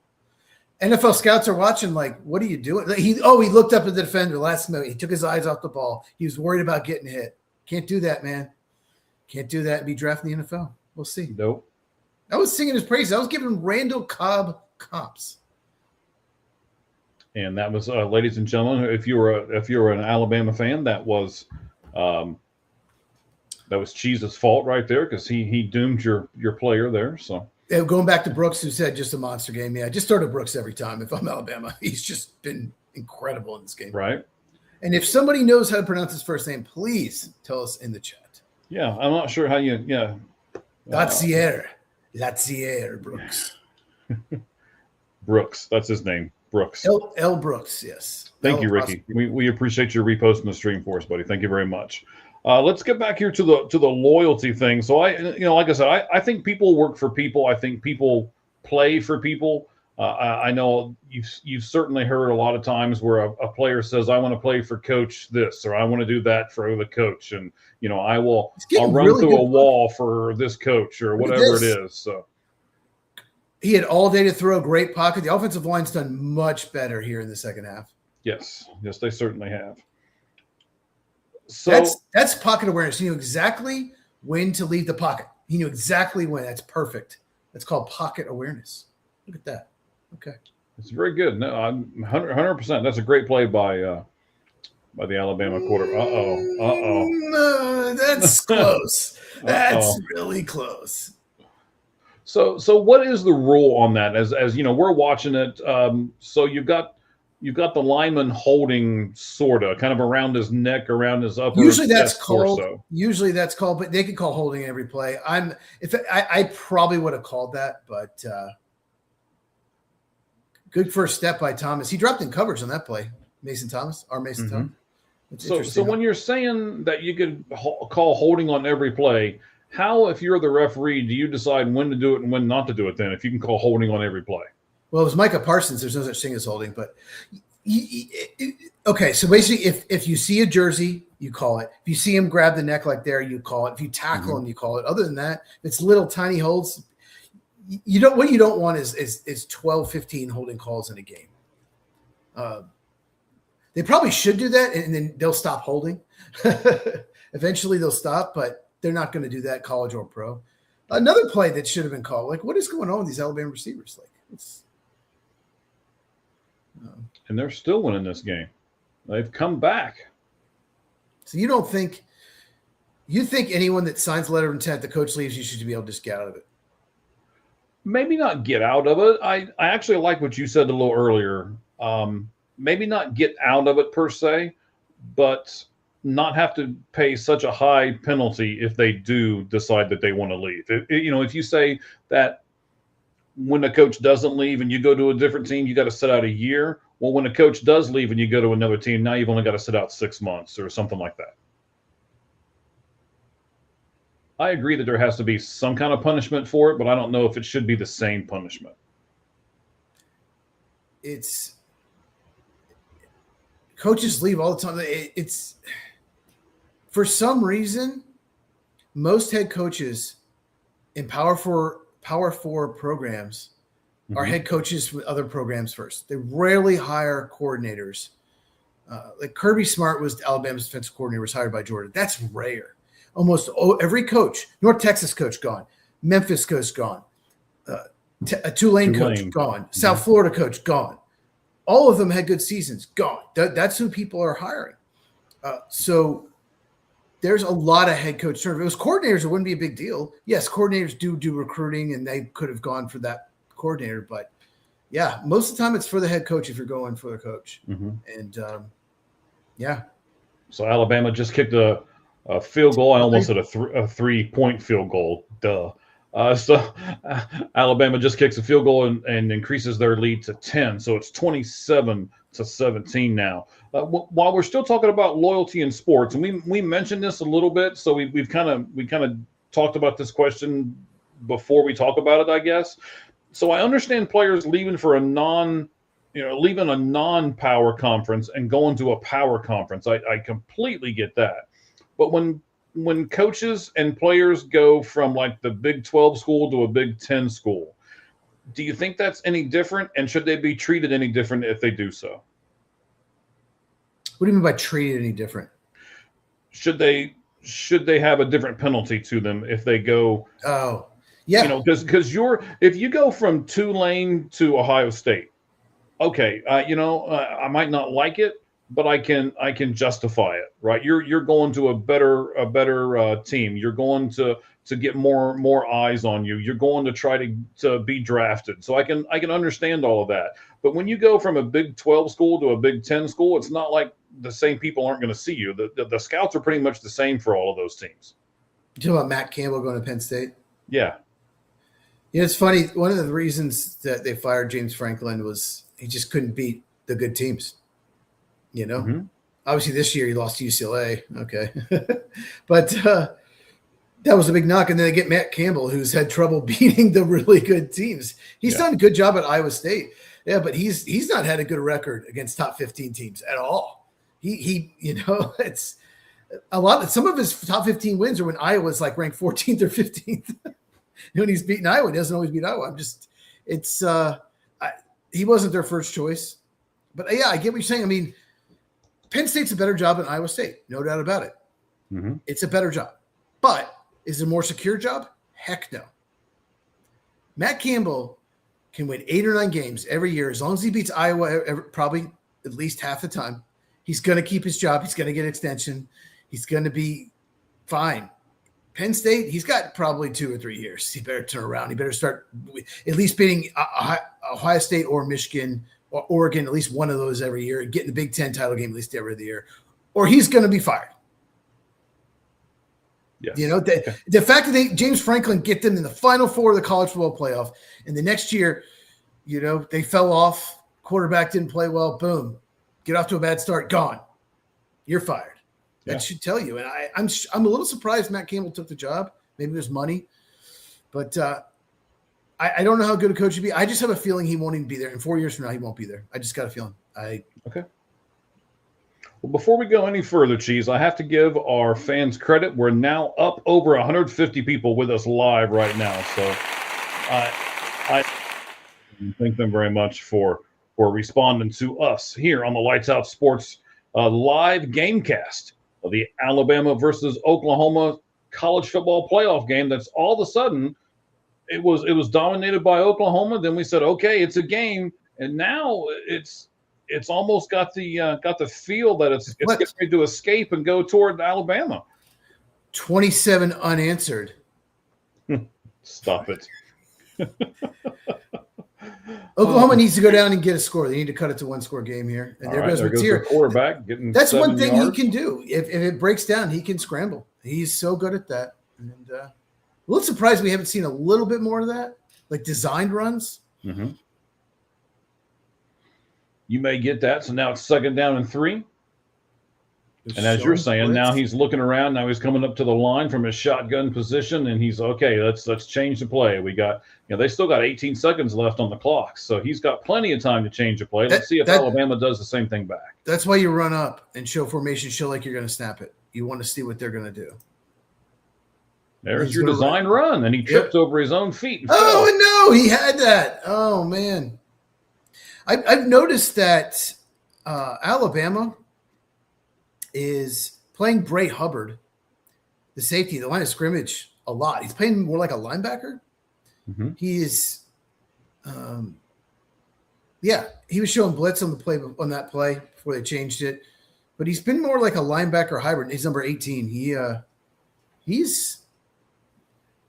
over there. He's he's top of the screen. He's up there at the line of scrimmage. Yeah, he's their strong safety. He's been there. Here, he's blitzing on this play. Oh, that's going to be that or not. That's going to be close. Yep. Well, I think he's got it. If not, they're just going to go. They got it. They gave it to him. Yeah. They would have gone for it anyway.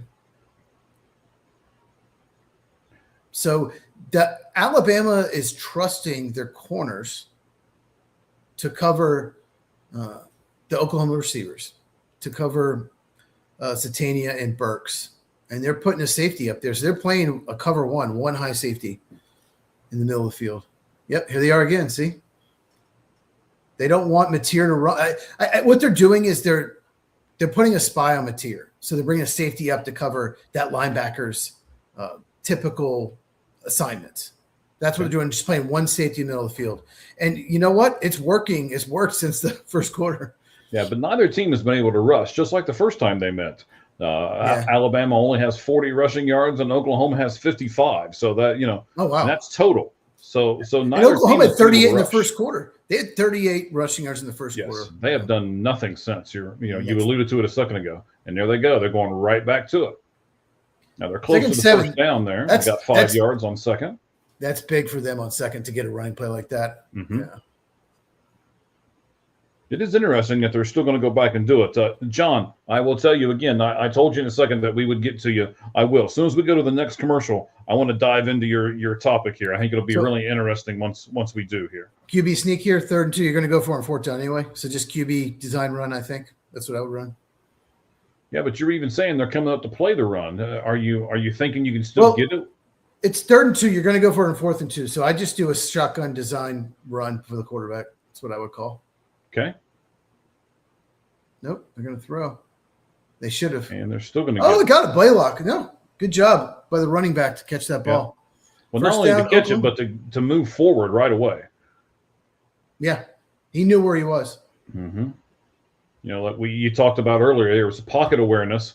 Now, what are we going to call this? First down awareness, right? He knows right where the stick is. He knows where he has to go. He made sure he got it. Mm-hmm. But good job by Mateer on the run. Very accurate. I've noticed he can throw on the run a lot.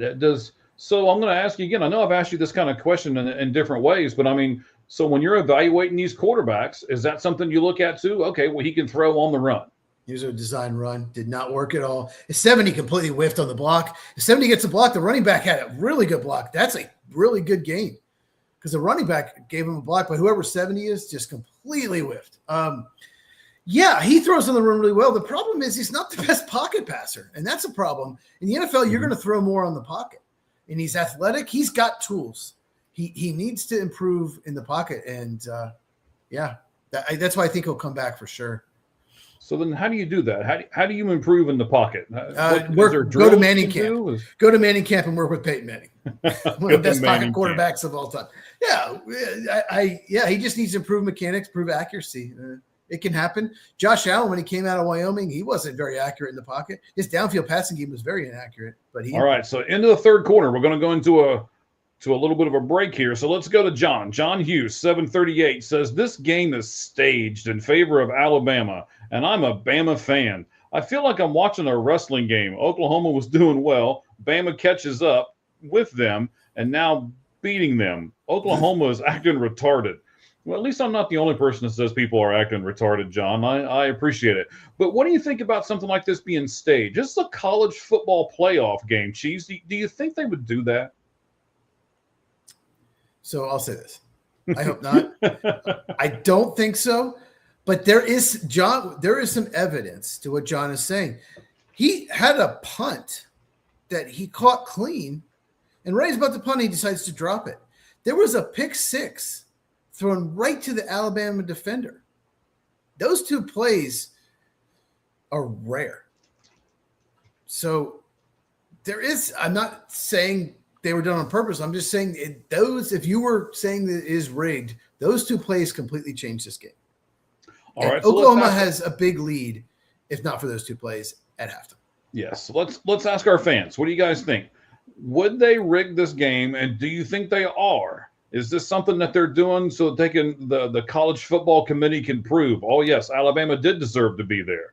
I mean, if there's a team they're going to rig it for, I would think it would be for Alabama. So I don't think they are though. Like Oklahoma, do they really like throwing the game like giving money? I mean, I don't think so. The players are going to go to other teams for NIL money for probably less. I don't think so. I'll say that. But those two plays watching them, that just doesn't happen. Like it's crazy how rare a punter just drops the ball. And he didn't even, I mean, that was awkward looking a drop. It wasn't like he slipped with his feet or anything like that. I mean, he just simply, when he was, I don't know, it looked really awkward when he was dropping the ball down to kick it. And the interception was just, I don't know. It's like, what was that receiver doing? It was almost like he threw it to the defender, to be honest. So, yeah, I like where John's going here.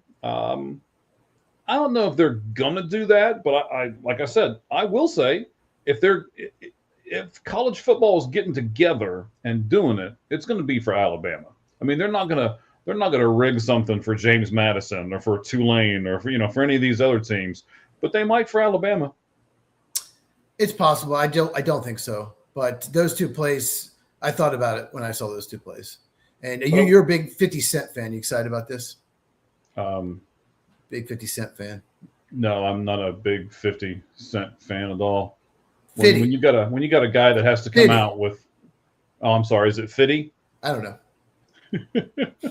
When you've got a person that has to come out like this with enough, bling on his, he's trying to, I guess he's his neck to blind people. I don't know. Well, he's an Oklahoma fan, obviously, so he's trying to inspire him. Because they need to come back. Yeah, they're down 10 in the fourth quarter. That's tough. Yeah, they got to go down and get a score here. They can't punt or turn the ball. They've got to go. They haven't scored since early second quarter. They got to go get a score. Just so you know, 50 Cent's hard to kill. Just so you know. Yeah, I believe you. It's right down the sweatshirt. So it does. It does. That's how you know that it's hard to kill, because it says it on the shirt. Just like, yes, Alan Lazard, released by the Jets. He's available. Look, Alan Lazard, Green Bay Packers shirt. Boom. Look at that. He's a free agent. Someone go get Alan Lazard. Go get him. Who do you think's going to pick him up? The Steelers. He and Aaron Rodgers. That's a pass interference. There we go. Yeah. That's clear pass interference. About 15 flags just went. The Steelers should sign him. Get rid of Adam Thielen, who can't play. He knows Aaron Rodgers. He's a great run blocking receiver. Go get him. Someone's got to sign him. And him and Aaron Rodgers are friends, right? Wasn't that he went with the Jets when Aaron went to the Jets, right? Yep, and they obviously together in Green Bay. Aaron went back when he was a young player. Aaron pushed for them to play him more. He's practicing well. He's better than our receivers that are playing. We need to play him, and they finally did. So he's always got his back. It would make sense. And Aaron trusts him. He's great in contested catches. He can't separate anything from coverage, but he's good in contested catches, and he can run block. And it's my boy, Lazard. I mean, everybody. Boom. Is that what you did at the break? Was you went to go get your shirt at the break? I was always wearing the shirt. I just wear it every day. Alan Lazard is my boy. Oh, Look at this. in between Deion defenders Burks and into the wide end open zone. and touchdown. Burks having minus that horrible drop that killed that drive. He's having a great game. So it's a game again. Deion Burks touchdown. Good. 37 yards on that I think touchdown. I'm predicting 14:45 left in the game. I'm predicting third round Cincinnati Bengals. No, wait, they don't make good picks. Never mind. No. Cincinnati Bengals take Deion Burks in the third round of the upcoming NFL. But they don't need a receiver. Mm-hmm. They don't have a good number 3 receiver. T. Higgins isn't playing. Disaster. They need another receiver. They need a slot receiver. And Yosevich is terrible. Josivac, but okay. Whatever. Doesn't matter. He's so play. Bad you don't even know how to pronounce his name. I don't even know his name. He's just bad at football. So let me give you this stat. I don't know if you saw it. I did tweet it out earlier. We put it out on our X account at All Gloves Off SM is our X feed. What is your X feed, Cheese? While we're just throwing out social media stuff here. So it looked like the linebacker dropped deep in coverage. So it just found a hole in the zone. That was a heck of a throw, though. Yeah, just got it over him. Great play by both Burks and usually you don't. That's hard to see that ball coming with that defender in that position, right? Well, usually you don't make that throw. That's a really risky throw, but it worked out. At Football with Cheese, my YouTube channel, Football with and CHEEZ, like Cheese It. Okay. Subscribe and hit the bell. And for notifications, right? For notifications, you don't miss a video. So you never know. Miss a video. Yes. Something big happens. I've heard that before. Something big happens. I will make a video of it, like instant reaction. And I talk mostly NFL, cover all 32 teams, but I also do college football some. And of course, big focus on the NFL draft. I do 10 to 12 videos a week during NFL draft season. All right. And I tell you what, if you guys haven't seen his videos lately, he keeps improving and keeps improving and keeps improving them. Now he's put some graphics on there. Actually, that's probably more of that lady in his life than anything else. But I tell you what, when I'm going to be really honest with you here for a second, not that I'm not always honest with you, but we're going to do this live on the air instead of me doing it with you like somewhere off. I was a little miffed when you didn't start using the same program that everybody else here on All Gloves Off Sports Media is using. But I see your stuff now. It was probably the right choice for you. It looks really professional, looks really, really good, and I'm glad that everything's come together for you. And I really like what you're putting together, buddy. It looks really nice. It's best for my style of video, because if anyone doesn't know what I do in a video, like a 7-minute video, I might record 13, 15, 18 minutes and talk about all, and then look at it and look what. Oh, don't start this stuff. It's most interesting, and it's better fit. So what I hear is that he talks too much. That's what I hear. And now he's talked so much, he's got himself frozen right now. So it's 2nd and 9, 14-14 left in the game. 27-24, Alabama has the lead. All right, there he is. He's back with us. He was frozen there for a couple seconds, but we got him back. So okay. Uh-oh. That was a false start, it looks like. Oh, nice catch over the shoulder. Wow. Perfect throw. But there should be a false start on it. They're not going to flag him? I didn't see it. Obviously, the replay. Can you hear me? Yes, I can hear you. Okay. I did not see the false start. I'm going to watch it. Well, I mean, okay. Yeah, you're right. The right tackle did move early. You're right. Yeah. I watched it on the other TV. Yep. He did. 75, I believe. They completely this play missed shouldn't even count. What a play. What a catch by Horton. What a pass by Ty Simpson. But you're right. The right tackle did jump. Who's played better? Which quarterback has played better in this game, Chiefs? I think Simpson has played better. I do. Mateer's done some good things, but he's missed some things. Simpson's, there he did. They just showed it. Yep. And you can't false starts are so easy to see. There's one guy down the line watching the referee. You're supposed to, any movement early, you throw the flag. So that's ridiculous. And that really hurts Oklahoma. They're changing the play. Yep. Like, get on that side. No, you get on that side.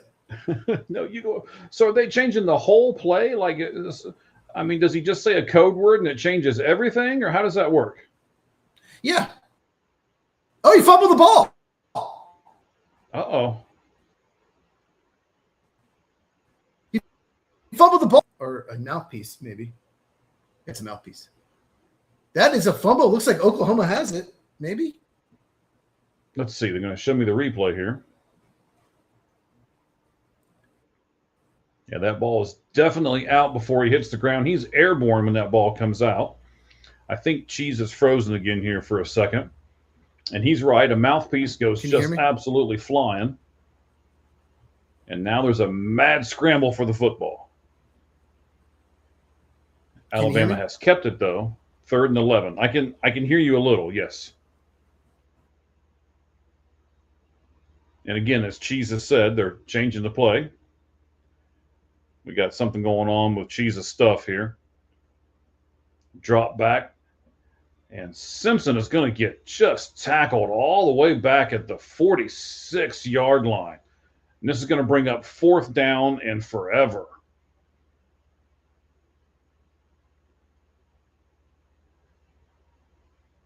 So Simpson's going to drop out. He's going to go back into a shotgun formation. You're going to get a stunt from the middle linebacker here as he comes all the way around, number 38, and is just going to absolutely, not only does he sack him, but he grabs him and he kind of drags him backward. And Simpson can do nothing about it. All he's just trying to do is simply hang on to the football there. What a play. That may be one of those things that turns this around. So you got Blake Dowd, D-O-U-D, going to punt this ball away. A low, kind of a more of a line drive kick that touches down on the 14-yard line. Takes a bounce to the 7. All right. So we are at the first round of the college football playoff here. Let me bring Cheese back up on stage. There he is. Can you hear me? Got him back. Yes, I can hear you. Sound might not be as good. I went ahead and just took the same plug. I had to take this off. I plugged in the Ethernet because the Wi-Fi was messing up. Okay. Damn Wi-Fi. So I should be okay. It's just if you have trouble hearing, you might have trouble hearing me because I'm using these crappy headphones. A little bit. I do have. It's not as good as it was, but man, just being able to hear your voice simply just adds to the broadcast. So it's okay, sir. I agree. All right, are you ready to talk about James Madison, Oregon? That's the last one. Oh, yes, that's right. James Madison, Oregon. All right, let me get to my notes. Thank you for prompting me on it here, buddy. Number 12, James Madison, at number 5, Oregon. It will be 7:30 tomorrow night on TNT. In my viewpoint, another shootout. Again, some stats for you. Both teams score over 37 points on average per game. They average at least 450 yards total per game. But again, it's that level of competition. And it's the fact also that as I looked at a lot of things, Oregon doesn't have that, what I would call standout stat. They don't have that number where they hold a team to this or they do this really well. Oregon's one of those teams that seems to do everything above average, but nothing extremely well. And also they don't do anything bad. They do everything like right above average. What do you think about the Oregon team and how they perform and if they're going to be able to win on Saturday? Yeah, I think you said it best. They lost Jordan James, lost Tez Johnson last year, lost some weapons. Obviously, quarterback Dylan Gabriel had a really good year, but they got Dante Moore. So I don't think their offense is as good as last year, but I think their defense might actually defense is better than probably people give credit for. Okay. No one talks about it as a great defense. Last year they were talking about it as a great defense, but it collapsed against Penn State and Ohio State. Their last 2 games was not good. So I think their defense is actually better this year at this point than it was last year. But James Madison, yeah, they have a good quarterback, good running. They can score points, but they have just not faced – the best team they faced, I think, was Louisville, and they lost by 14. Oregon's a lot better than Louisville. So I don't think it's going to be close. James Madison, their only chance is Oregon just has trouble scoring points. I don't think that's going to happen. I think it's going to be an absolute slaughter. Give me I'm looking at the spread, 20.5. Yeah, give me Oregon cover that, maybe win by 30. There's just too much talent. There's a big talent difference. Yeah, JMU can put up points against their competition, but against Louisville, they scored 14 points. That's not good enough. No. So, yeah, I'm going to take Oregon to win by like 30. All right. And I'll be with you. I'm not sure if I'm going to pick them to win by 30, but I certainly think they're going to win the game. That spread would make me possibly bet against them for the spread. But certainly straight up, I'm going to pick them. There's another one of your design runs, and they got 1 yard off of it. So yeah, they're putting a guy in the box. They're putting a spy. They do not want him to beat them that way. They're going to make him throw down the field, and that's what he's going to have to do. But even in the beginning, not only were they running the ball well, but they also were able to do those short screen passes that came over the middle. And I don't know why they're not running those. That's kind of like a run, right? I mean, at least offensively, you kind of look at it the same way, right? Like a little bubble screen or something like that. Maybe after the interception, they want to throw any short passes. That's true. No, that's a good point. They should. The short passes set up the longer passes too. You throw enough short ones, they'll start creeping closer to the corners. So we got a 3rd and 5 here. False start off. Now it's a 3rd and 10. DeBerg is going absolutely bonkers on the sideline. I think he thinks Alabama was caused it by like saying something. Yeah, or stomping. He keeps stomping his foot, so I think that's what he's. But they can stomp their feet like that all they want, right? Yeah, what you can't do is yell something that the quarterback is like typically yells. You can't do that. But even then, sometimes that's hard to find. There's a lot of little tricks. They're overloading on the left side of the offensive line. You see that? There's 3 rushers there. Yeah. They're overloading there. Oh. Here they come. Ooh. They had a safety and a linebacker blitz. Incomplete. Batted down by Lawson. Deontay Lawson. We haven't talked about him. He is probably a 2nd-round pick. He is an absolute stud linebacker. He's not Orville Reese, but he is really, really good player. I think he's about, I'd say probably a mid-second to early 3rd-round pick right now. If he works out really well, maybe he falls in the 1st round. If you saw the replay from the end zone and you saw Matir do that thing again where he drops the elbow down and throws sideways. And hit him in the face. He hit him in the face. Yeah, hit him right. Yeah. Why? It's terrible mechanics. You only throw sideways if there are guys coming at you. There's terrible mechanics. Yeah. Oh, God. And terrible punt. Terrible punt. He shouldn't even pick that up because he could only fumble. There's no reason to pick that up. I get why he did, but and the thing is that he dropped the punt. And when he did punt this game, not the drop. He's done well, but that was terrible. Mm-hmm. He shanked it. Yeah, well, I think he's scared now. Alabama's going to have the ball on the 30? Is it the 30-yard line? 30, 35? Yes, right around there because it hit on the 40. So, 35-yard line. Yes. Yeah, 35. It's unbelievable field position. They're already in field goal range, I would think, or pretty close. That false start was terrible. Absolutely terrible. Mm-hmm. But got conservative. Run 1st down, run 2nd down. You're down 3 in the college football playoff. You didn't try a pass once in the first 2. You got to try once. Okay, there's a 6-yard run. That's what Alabama needs. They need runs more than like a yard or 2. They need 3, 4, 5, 6. That's a big play for them. That's another thing. When you struggle running the ball, it's tough to put teams away when you can't run the ball. Well, right, because you can't milk the clock. But also, if you have to pass, you can't run the ball. You have to pass it, lead to incompletions. Yeah, stops the clock. Yep. Stops the clock. Yeah, right. 2nd and 4 here. I was going to say another run, but no. Whoa, how did he get that ball? Oh, maybe not. This is going to be interesting. No. Jeremy Bernard, he had it, and they're saying it's complete. I think it's either incomplete. I think it's incomplete. I don't. Let's see. Let's see here. Does he have it? 1 foot, 2. No, that's not. That's a completion, I think. Oof. Well, it was moving, and then it was. I think you have to challenge this. They don't.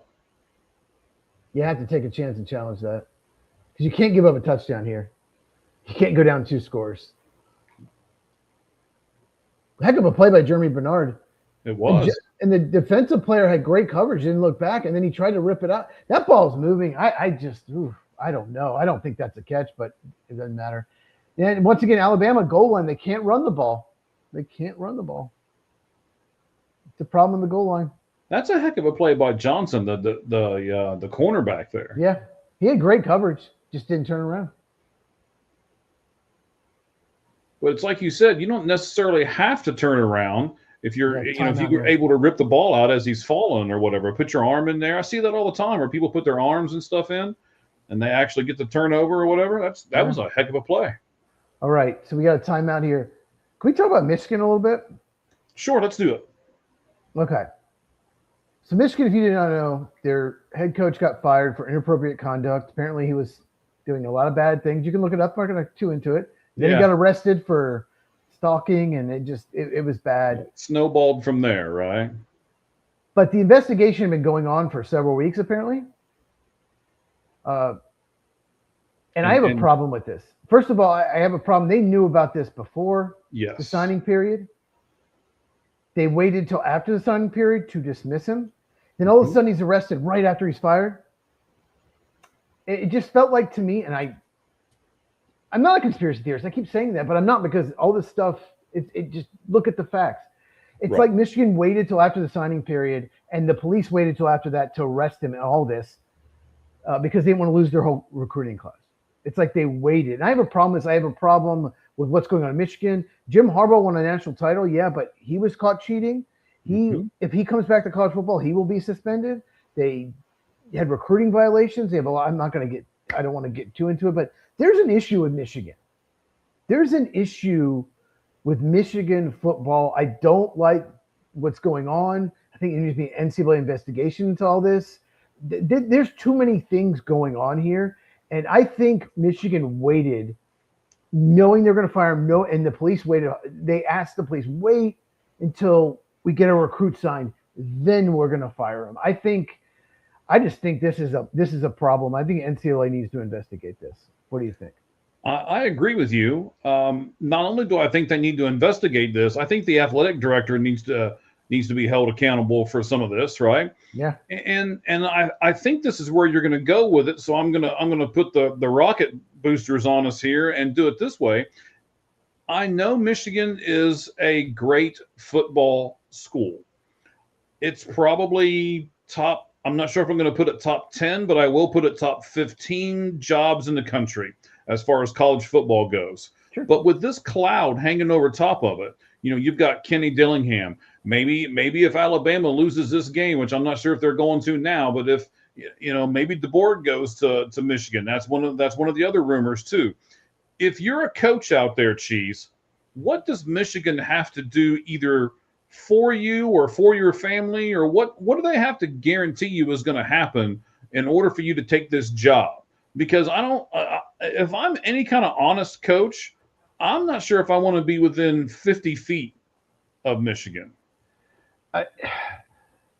What if they don't win the national? All I can think of is, what if they don't win the national title? Is it really a good job? Is it just, Michigan, they'll always blow it? Yeah, there's just this controversy is bad. I don't want to say exactly what he did, but it's so inappropriate. I mean, there was OnlyFans models involved. There was stalking. There was so many inappropriate things. Hey, they ran the ball. Big play for Alabama there. They had to know some of this weeks ago, and they sat on it until, signing period's done.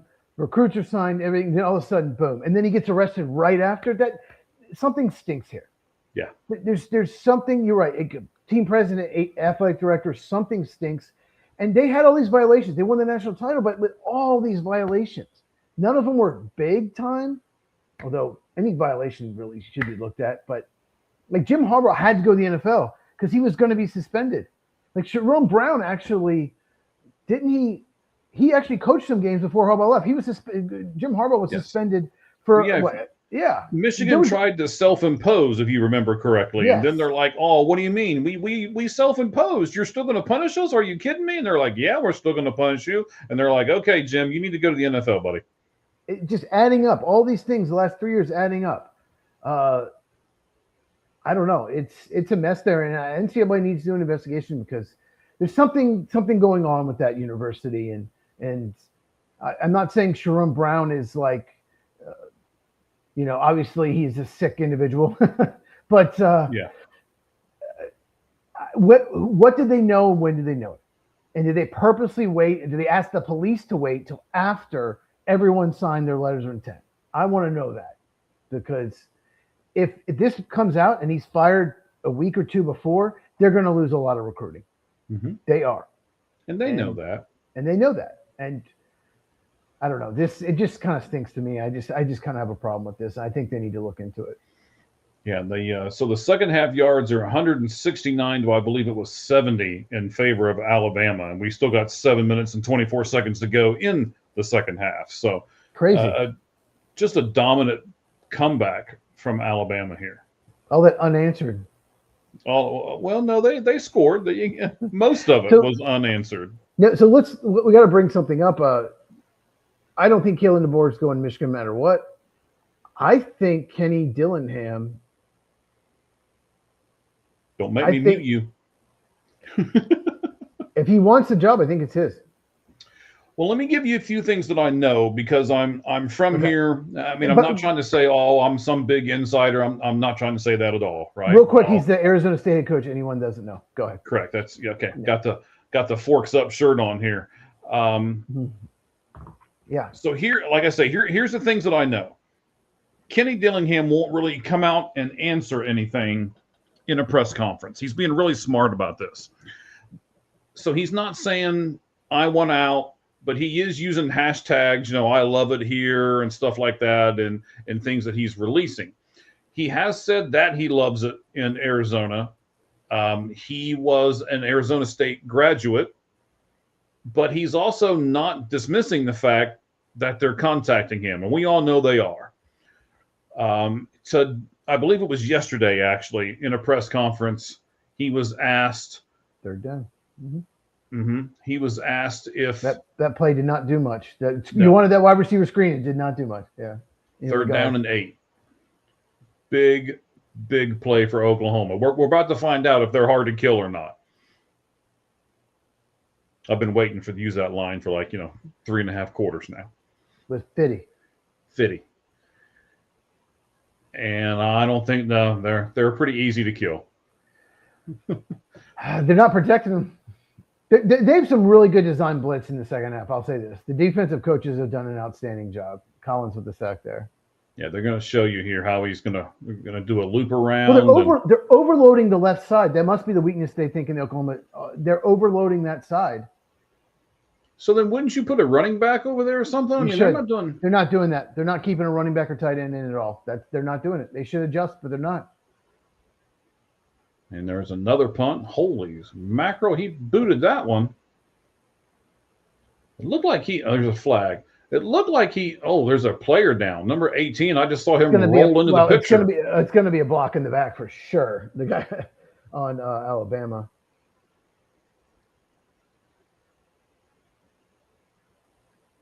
Now, is this going to give the ball back to Oklahoma?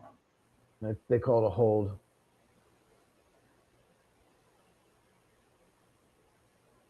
I think they missed a block in the back too.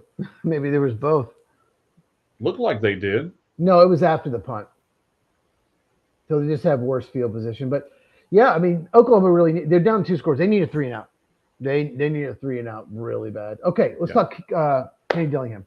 Yeah, that's fine. So Kenny Dillingham he was asked to, I believe it was yesterday.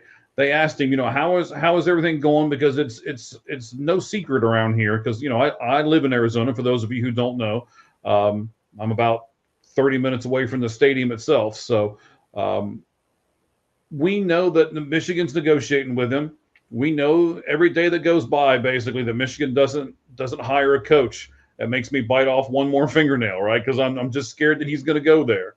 And he was point blank asked in the press conference he gave either today or yesterday, how is your negotiation going with Arizona State? Earlier in the week, he said that he was negotiating with Arizona State. I don't know if he just said that to try to shut everybody up and not talk about it or whatever it was. But in this latest press conference, he admitted that the negotiations have been going on for 6+ weeks. Okay. That's not good. No. I mean, does this mean they don't want to give him what he wants?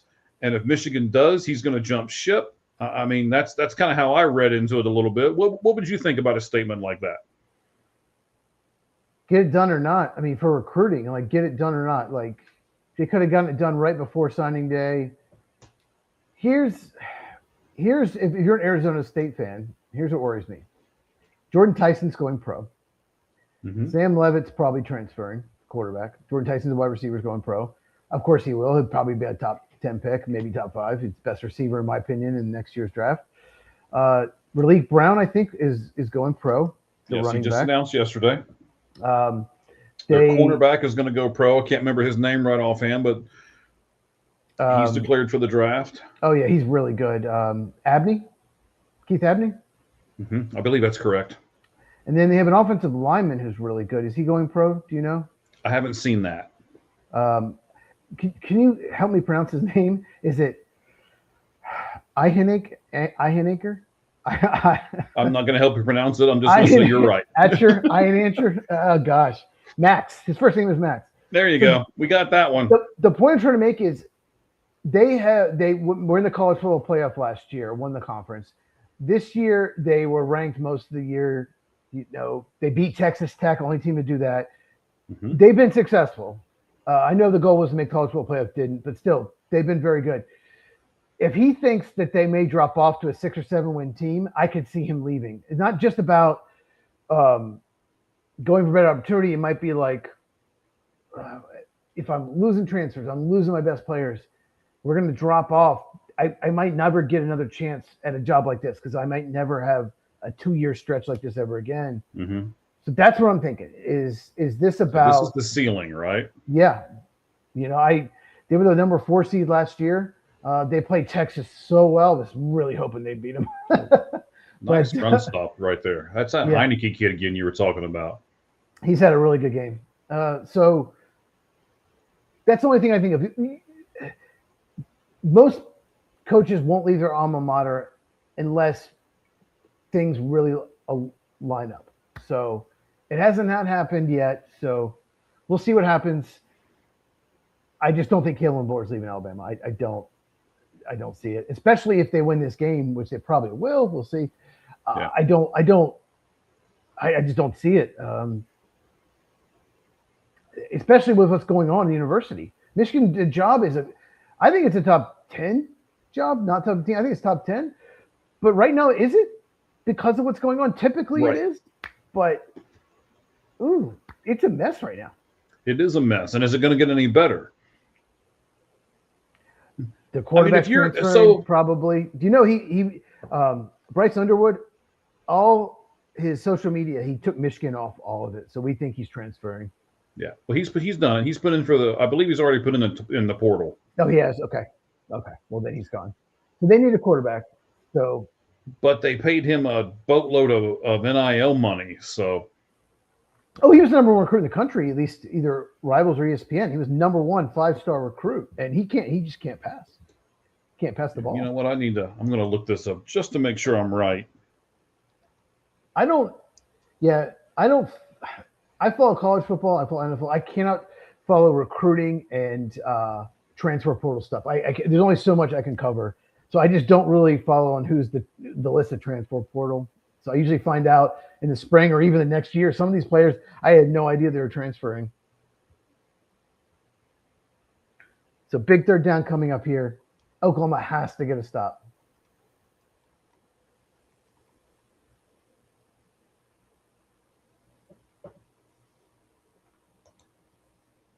If you had to put money on one team to win it all, who would you put money on? For this college football playoff? Yeah, Tulane's your team, right? Tulane?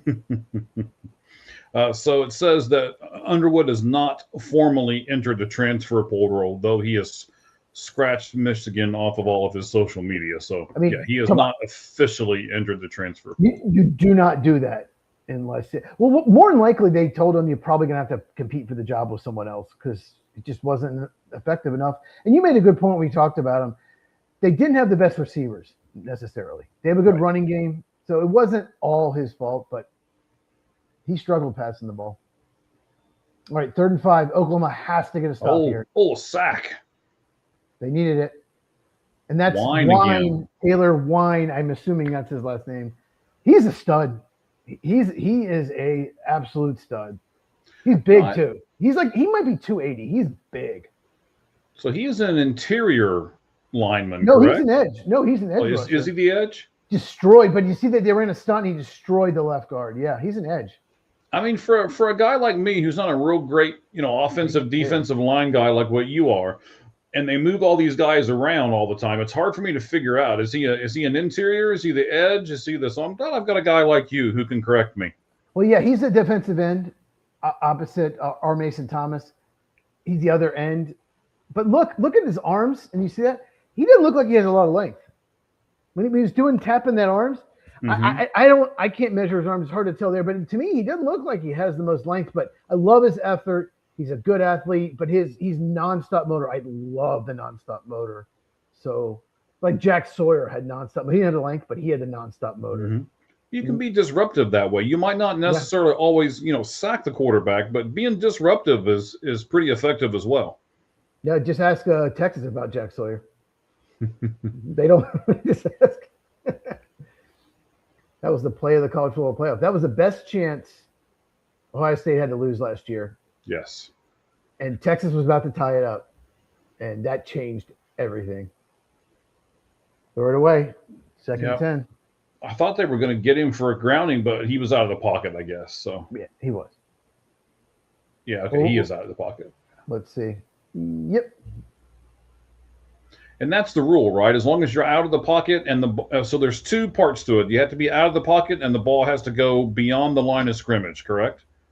Or yes, the third thing is you can throw it behind the line of scrimmage in the pocket if there's a receiver like in the backfield, like there's a running back you can throw at their feet. That's the only thing. Yeah.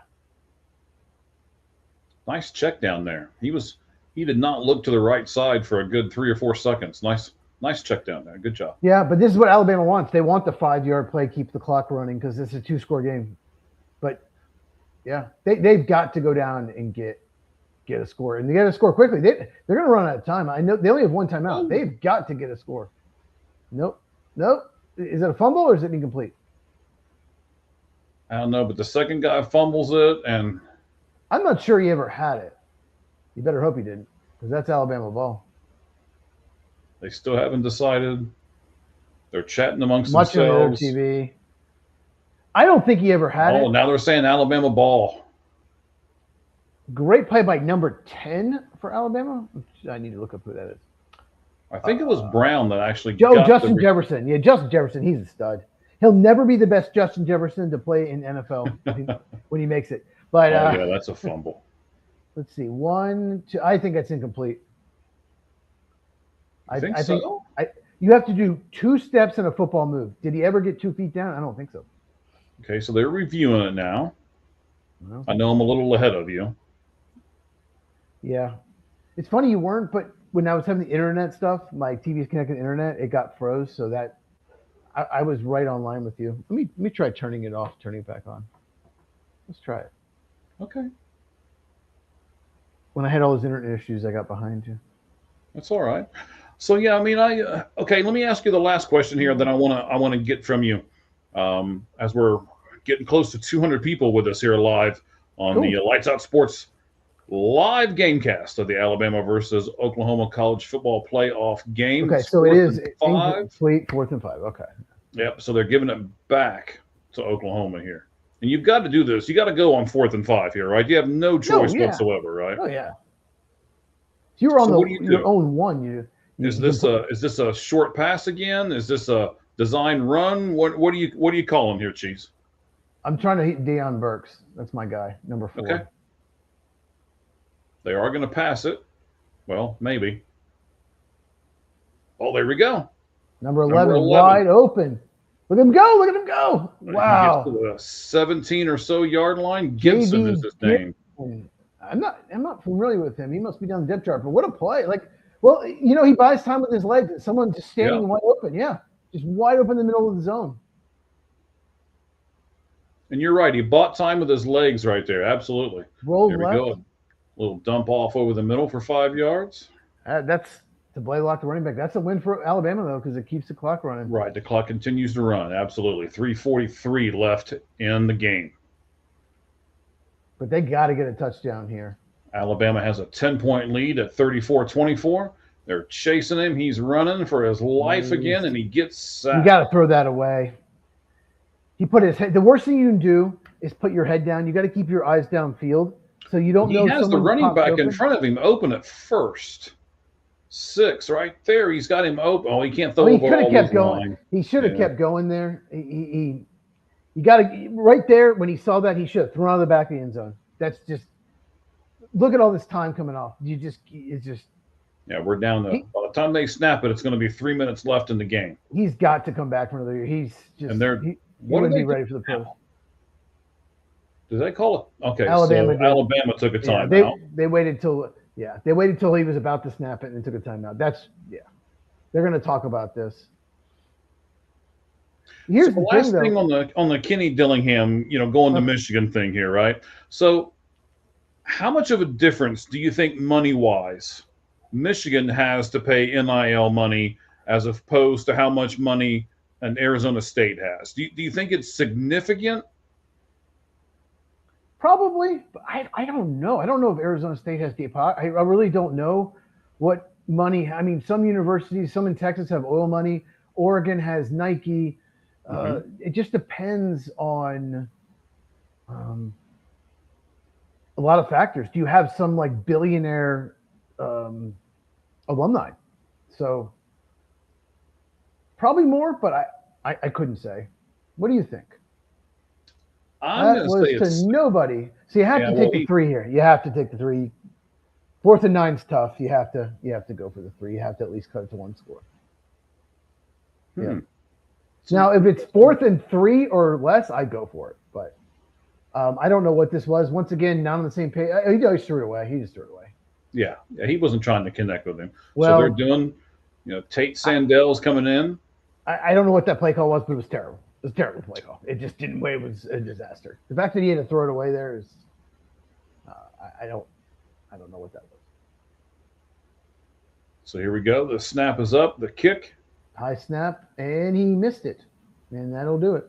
Yep, he just missed that kick.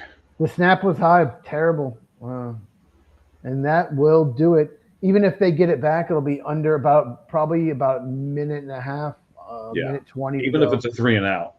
So, Alabama got down 17-0, and you thought I remember I said I didn't even know if Alabama would score 17 points.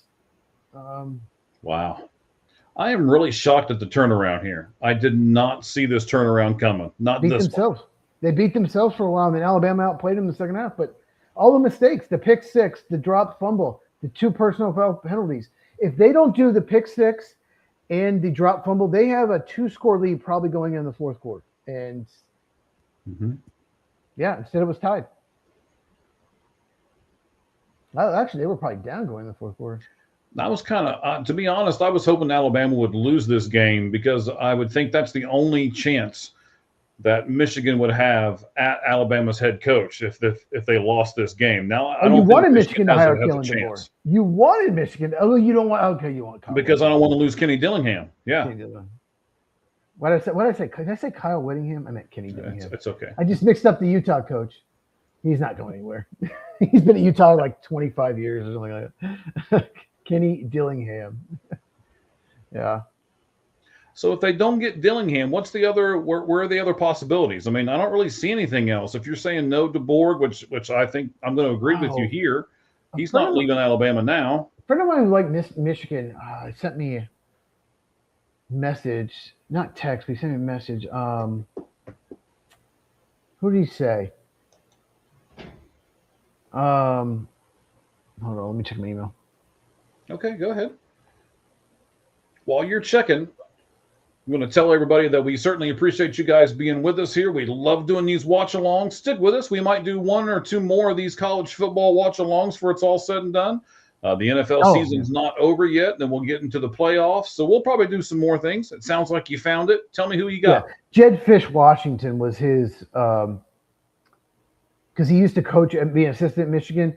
My pick when it first all happened, the person I would call is Jesse Minter. This is who he was the defensive coordinator under Harbaugh, and he's the Chargers defensive coordinator, and he's done a heck of a job because the Chargers defense, to me, doesn't have a ton of talent, and he's had them like a top 10 defense each of the last 2 years. I don't know if you lead the Chargers or but they're going to have a chance to make a playoff run, but that did nothing. So they're going to get it back, but they're down 10, and they're going to get it back. 2 minutes to go. So now what about do you have to declare an onside kick in college like you do in the NFL? Do you know? I don't know, but it's obvious they'll have to go for it if they score. Mm-hmm. And then the only other option, I think, unless there's someone out of nowhere, Biff Poggi, the interim coach. What about Brian Kelly? Oh, man. Wow. I don't think they do that, but if they're desperate enough, maybe. Oh, he caught it. I thought he got intercepted there for a second. Incompletion would have been bad for them, although it's 2-minute warning probably anyway, but okay. 4th down. They got 2-minute timeout. So I think Jesse Minter would be my target. I don't know much about him personally, but he's just such a good defensive coach. He's such a good job in Michigan. Now with the Chargers, he do it at both levels. That would make so much sense to me. God, Chip Kelly, I didn't even think about him. But I wonder if Jed Fish Washington, he's only been there 2 years, if he'd go back to Michigan. Let me look up Jed Fish real quick. That's who my buddy wants. He's a big Michigan fan. Okay. So I've got one more topic that I'd like to cover before we say goodnight to everybody here. So let's do that while you're looking up your information there as well. And that's this, Cheese. Do the non-power conference teams have to show up in these 2 first-round matchups? It would help the argument of letting both of them in for sure. One of them is going to get in because of the antitrust law. So anyone says, no, we should get 12 best teams, we should never let any of these teams in, or they have to be top 15, it's just not going to happen. Someone's getting in. If one of them, at least one of them makes it a close game, then that would help the argument for 2 of them getting in. But I think they're both going to be killed, especially James Madison. So, yeah, I think one of them for sure. Okay. So as you have already alluded to, and more than once, because we kind of touched on these subjects 2 or 3 times throughout the night here, and you're right. The only reason that this is done is to prevent the litigation. So I would assume litigation would just mean money. So, you said you did some more research on it. I honestly didn't do a whole lot of research on it. But I want to ask you this. Would it be easier to just simply pay and concede and give the non-power conference teams money and then give me the best 12 teams or 14 teams or 16 teams? Would they agree to that, though? They want to be in the playoff. I don't think they agree. I think they want to represent. I mean, how many of these crappy teams go to Ohio State knowing they're going to get slaughtered, but they do it because they're going to get $4 million? If James Madison and Tulane both lose by 35 points, people are like, this is a joke. Notre Dame, BYU, Utah, Vandy is going to be pissed. Like, what the heck? Like, this is absolutely ridiculous. I mean, let's say the Big Ten, the Big 12, the ACC, and the SEC all got together and said, okay, we're going to give, we'll put, I don't know, $10 million a piece into a pot. We'll make it $40 million, and then we'll give it to the NCAA, and they can split it up amongst these crap hole teams however they want to, but we don't want none of them in our college football playoff. You don't think that the other conferences would say, shoot, yeah, you're going to give each one of us $2 million? Yeah, not a problem. We'll just go to a bowl game anyway. Nope, they want representation. Some of them might say yes, but I don't think you win the vote. Pretty good return there.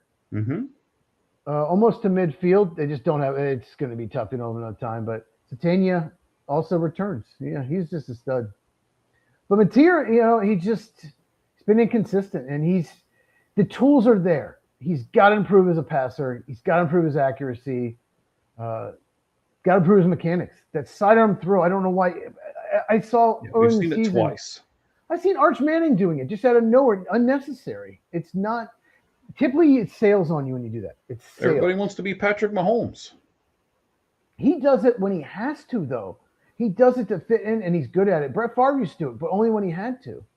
Get out of bounds. There you go. Get out of bounds. We're all get out of bounds. Get that. Yeah. So Jed Fish, he used to coach Arizona, then he left for Washington, and he was the offensive coordinator of UCLA for a while and the interim head coach, and he was the Michigan quarterback coach in 2015, 2016. He's coaching the NFL a lot. So, but yeah, he's currently coaching Washington. And he inherited a mess at Washington where they lost like everybody, like all their best players, like off that team that almost beat, that almost was in the national championship. And then this year he had a pretty good year, not great, but pretty good. Okay. So they're down 10 points here. Do you get a few more yards, kick the field goal, and then go for the touchdown, or do you try to get the touchdown here and then onside kick it for the field goal? If you trust the kicker, which I don't know if you do, you kick when you can. That's simply what you do because you have to get 2 scores anyway, and you waste too much time trying to get a touchdown. But I don't know if you can trust the kicker. He nailed a 51-yard, but then missed a 30-some yard. Yeah. And you had to make that. You had to. If they did, look what they'd be down 7 right now in great shape. That's not going to do anything. That's a terrible play call. What are you doing? Middle of the field. Terrible. So let's set this up a little bit for the people who can't see it on TV like we can. So they're down. It's going to be second down now. They're a minute 18 seconds because they just clocked the ball. Terrible. I don't know who called that play or why would you throw it? You can't throw the ball over the middle of the field like that. All right, they're going to kick it. Oh, okay. Maybe that's why they clocked it. Remember when we were talking about this earlier, where it seems like kickers like it in a certain spot? Maybe that's why they did that, and they come up and put it right in the center. All right, so here we go. We got a 51-yard attempt. He's got plenty of leg, and it is going to be good. Oh no, it's not. He didn't kick it far enough. That ball just died at the end. We got an Alabama-Indiana matchup. Which, I mean, I know who I'm going to pick, but it should be interesting. That game will be. Hold on. Oh, by the way, and I probably should tell you this off air, but I'm going to go ahead and do it now because I don't know how much time we'll have once this is done. Because you probably haven't ate yet or anything. So I had a snack, but I have chicken, of course. Of course you do. I had salmon today. And then my wife's got In-N-Out waiting on me. She went to town. And she was like, "I'm not going to be doing anything anyway. You're going to be doing that stupid podcast. So I'm going to go get some stuff done." So stupid podcast with that guy who has a dairy name, right? But he does have nice hair. So thank you. Yeah. That wasn't me. That was her. Well, it's accurate. She's just being accurate. It's good. Except about the podcast. She was wrong about that. Right. Sure. Oh, man. You can tell it's the end of the game, can't you? So I don't know if I can do it or not, but I've got us in a couple lotteries. I do the first responder stuff here, and you know which game is here in Arizona. So I'm trying to get us tickets to the Fiesta Bowl. Fiesta Bowl, is that the Final Four? Yes. Okay. I was going to say, I don't yeah. So okay. All I'm telling you is look up the date and don't make any plans. I'm not making any promises. You don't make any plans, all right? Okay. Indiana, yeah. Okay, so basically Ohio State plays 7:30 New Year's Eve. Then New Year's Day, Texas Tech hosts the game at noon. 4 o'clock. Indiana, Alabama is at 4 o'clock on New Year's Day. Then Georgia gets the late game. It's the Caesars Superdome. I guess that's the Sugar Bowl. Okay. At 8 o'clock Eastern. So they get the late game New Year's Day. The Ohio State New Year's Eve. Are you off New Year's Eve? Will you be able to watch that? I don't know yet. That's too far away for what I do for a living, but we'll see. Okay. I want to watch it. We'll see how all that works out. Alabama, Indiana, crazy game. Last thing I want before we leave.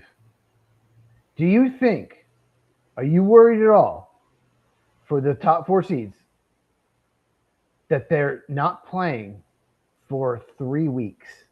Are you worried that because these teams played in the last, week and a half or so, that they'll have an advantage because they had a 3-week bye? No, because I think everybody learned from last year. I don't think the coaches are going to let that happen this year. And especially with, everybody's going to be like, oh, here comes Alabama. They're going to do it. Here they go. Alabama didn't win this game. Oklahoma lost this game. I agree. Alabama showed me nothing in this game.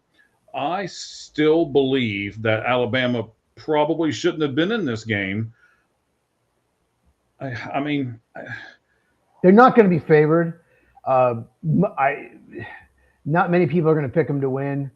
The only thing that worries me is like Indiana might come out flat. Like Oregon came out flat, so flat last year, and got hit in the mouth. We'll see. I think we'll see. I think some teams will be fine and some might not. They all lost this year, the top 4 seeds. But I'll say this: 5, 6, 7, 8 last year was stronger than this year. But seriously, the 5, 6, 7, 8. No, I'm laughing because you just sounded like a cheerleader. 5, 6, 7, 8. No, they were. They were Texas, Penn State, Notre Dame, and Ohio State. That group of teams was stronger than the 5 through 7 or 5 through 9 because Alabama won. So, okay, well, Alabama wins. Okay, so you want to do one last thing? I want to do one last thing with you because who is your MVP? Who would you pick for the MVP of this game? And it does not have to be on Alabama because I wouldn't pick anybody on Alabama to be the MVP of this game. Again, none of them showed me anything. Zaire Brooks, wide receiver from Alabama. He was outstanding. When that drive goes, when it was 17-0, he caught 3 catches on that drive, including a touchdown. True freshman receiver. He was outstanding. Okay, you know what? I can't disagree with that. I mean, you've almost got to give it to somebody on the winning team. Who you got? You got an Oklahoma guy. I was going to pick Humphreys. I really think that, if I'm an NFL scout and I was watching this game and I'm looking for somebody to rise up my draft board, that's who I'm going to pick. I really liked what he did a lot today. You saw him change the play into the right scheme a lot. You saw him rush from the inside, rush from the outside, get to the quarterback, Heineke, be very disruptive. I think you meant Owen Heineke, not Humphreys. Owen Heineke? Yes, you're right. The Heineke, linebacker. Yeah. Yes, Owen Heineke, yeah. Yeah, he didn't impress me that much and didn't even know his name. Heineke, Humphreys, same thing. I got the first letter right. He is a junior, according to this. He had an outstanding game. Their linebackers are great, but you can't give a pick six. You can't drop a punt. You just can't make all the mistakes you made, 2 personal fouls, and expect to win. You can't. And Oklahoma fans are going to be livid. Yeah. So who gets held accountable for this? For Oklahoma, who gets held accountable? Well, Venables, he's not going anywhere, but they're not going to be happy with him. This is a game you were at home, a team you won on the road. You were favored. Majority of people were picking you. We both picked them. You can't lose this game. So you got to start with that coach. Okay. Well, sir, I certainly appreciate it. Let's let me get a couple things ready here real quick before we say goodbye. So just real quick to recap, we picked the same, only one game. We both have Oregon winning. You have Tulane over Ole Miss. I have Texas A&M beat Miami. You have Miami over Texas A&M. So no matter what, we're both 0-1. Your picks have been better than mine of late. We will talk about it on Tuesday. See who did better. All right, sounds good. So what time on Tuesday? Because I gotta go to you for the times because I screw it up all the time. So if you live in Arizona, it's at 6 o'clock. that's right. If you 8 Eastern, 5 Pacific, 7 Central, 6 Mountain Time. Podcast. We'll talk. Yeah, we didn't get to talk much NFL or baseball. We will talk a lot about those on Tuesday, and of course, we'll go over all the college football playoff games. We'll talk about them this Tuesday. Is Tuesday Christmas Eve? No, it's Christmas Eve. It's the 23rd. Okay. Yes, right, you'll see a different background. I will be at my parents' that day, so it'll be a completely different background. But yeah, I will be at my parents' on that day. All right, sounds good. They're your mom's okay for letting you do the stupid podcast? I'm sorry, the stupid podcast. I'm not controlled by women in my life. Oh, okay. Here we go. Unlike you. Yeah. Okay. Just mess with you. No, she has no problem. She watches the podcast a lot. So. Well, shout out to Mama Cheese. Oh, she's asleep right now. Oh, is she? Well, yes. She can see it on a tape delay when I shouted her out then. She can. Yeah. All right, buddy. Hey, I certainly appreciate you being with me. We need to kind of talk off air, look at some of the bowl games, look at some of the college football games. This was fun, man. Almost 4 hours long, but it sure didn't seem like 4 hours to me. So time flies when you're doing this. And I will say this as well. We like to have guests on here. We didn't get guests for this one. But if you are a podcaster and you're listening right at the moment and you're thinking, gosh, I'd like to be on that screen with those two sexy guys, then send us a DM over at All Gloves Off SM. Nobody is saying that. There's two sexy guys. I had to throw that in there. Yeah, of course I did. I mean, we all know you got one, but I don't know about two, so I had to make sure that I said two. So yeah, DM us and see what we got, and we'll check with you here later on. But certainly appreciate all of you guys being with us. Over 170 of you came on and listened to us talk incessantly for almost 4 hours about college football and a few other things. So I guess it's working. And by the way, you guys have gotten us another sponsor, I believe, where I'm working out all the details. Pepperidge Farm? No. But we may have to drink. No alcohol, but we may have to drink on air with this one. So coffee? No. Okay. Well, why don't you just just make it to where if the sponsor's watching right now, they're like, nope, not doing that now, and just put a big X over top of it, buddy. Cheese loves coffee. Cheese loves coffee. I will try to get a coffee sponsor as well, but it even says it on the mug. Mm-hmm. You don't have to prove it to us, sir. We know you love coffee. For those people who have been here with us for a while, they all know. Okay. All right. Alabama won this game, and now they move on in the college football semifinal to face Alabama. Alabama won, and they will face Indiana in the next round of the college football finals. So look forward to that game. Yes. For myself, Mike Ballantyne, this is my buddy Cheese. We tell you so long, as we say, the only thing that's fair in life is a baseball hit between the third and first base lines. Good evening, everyone.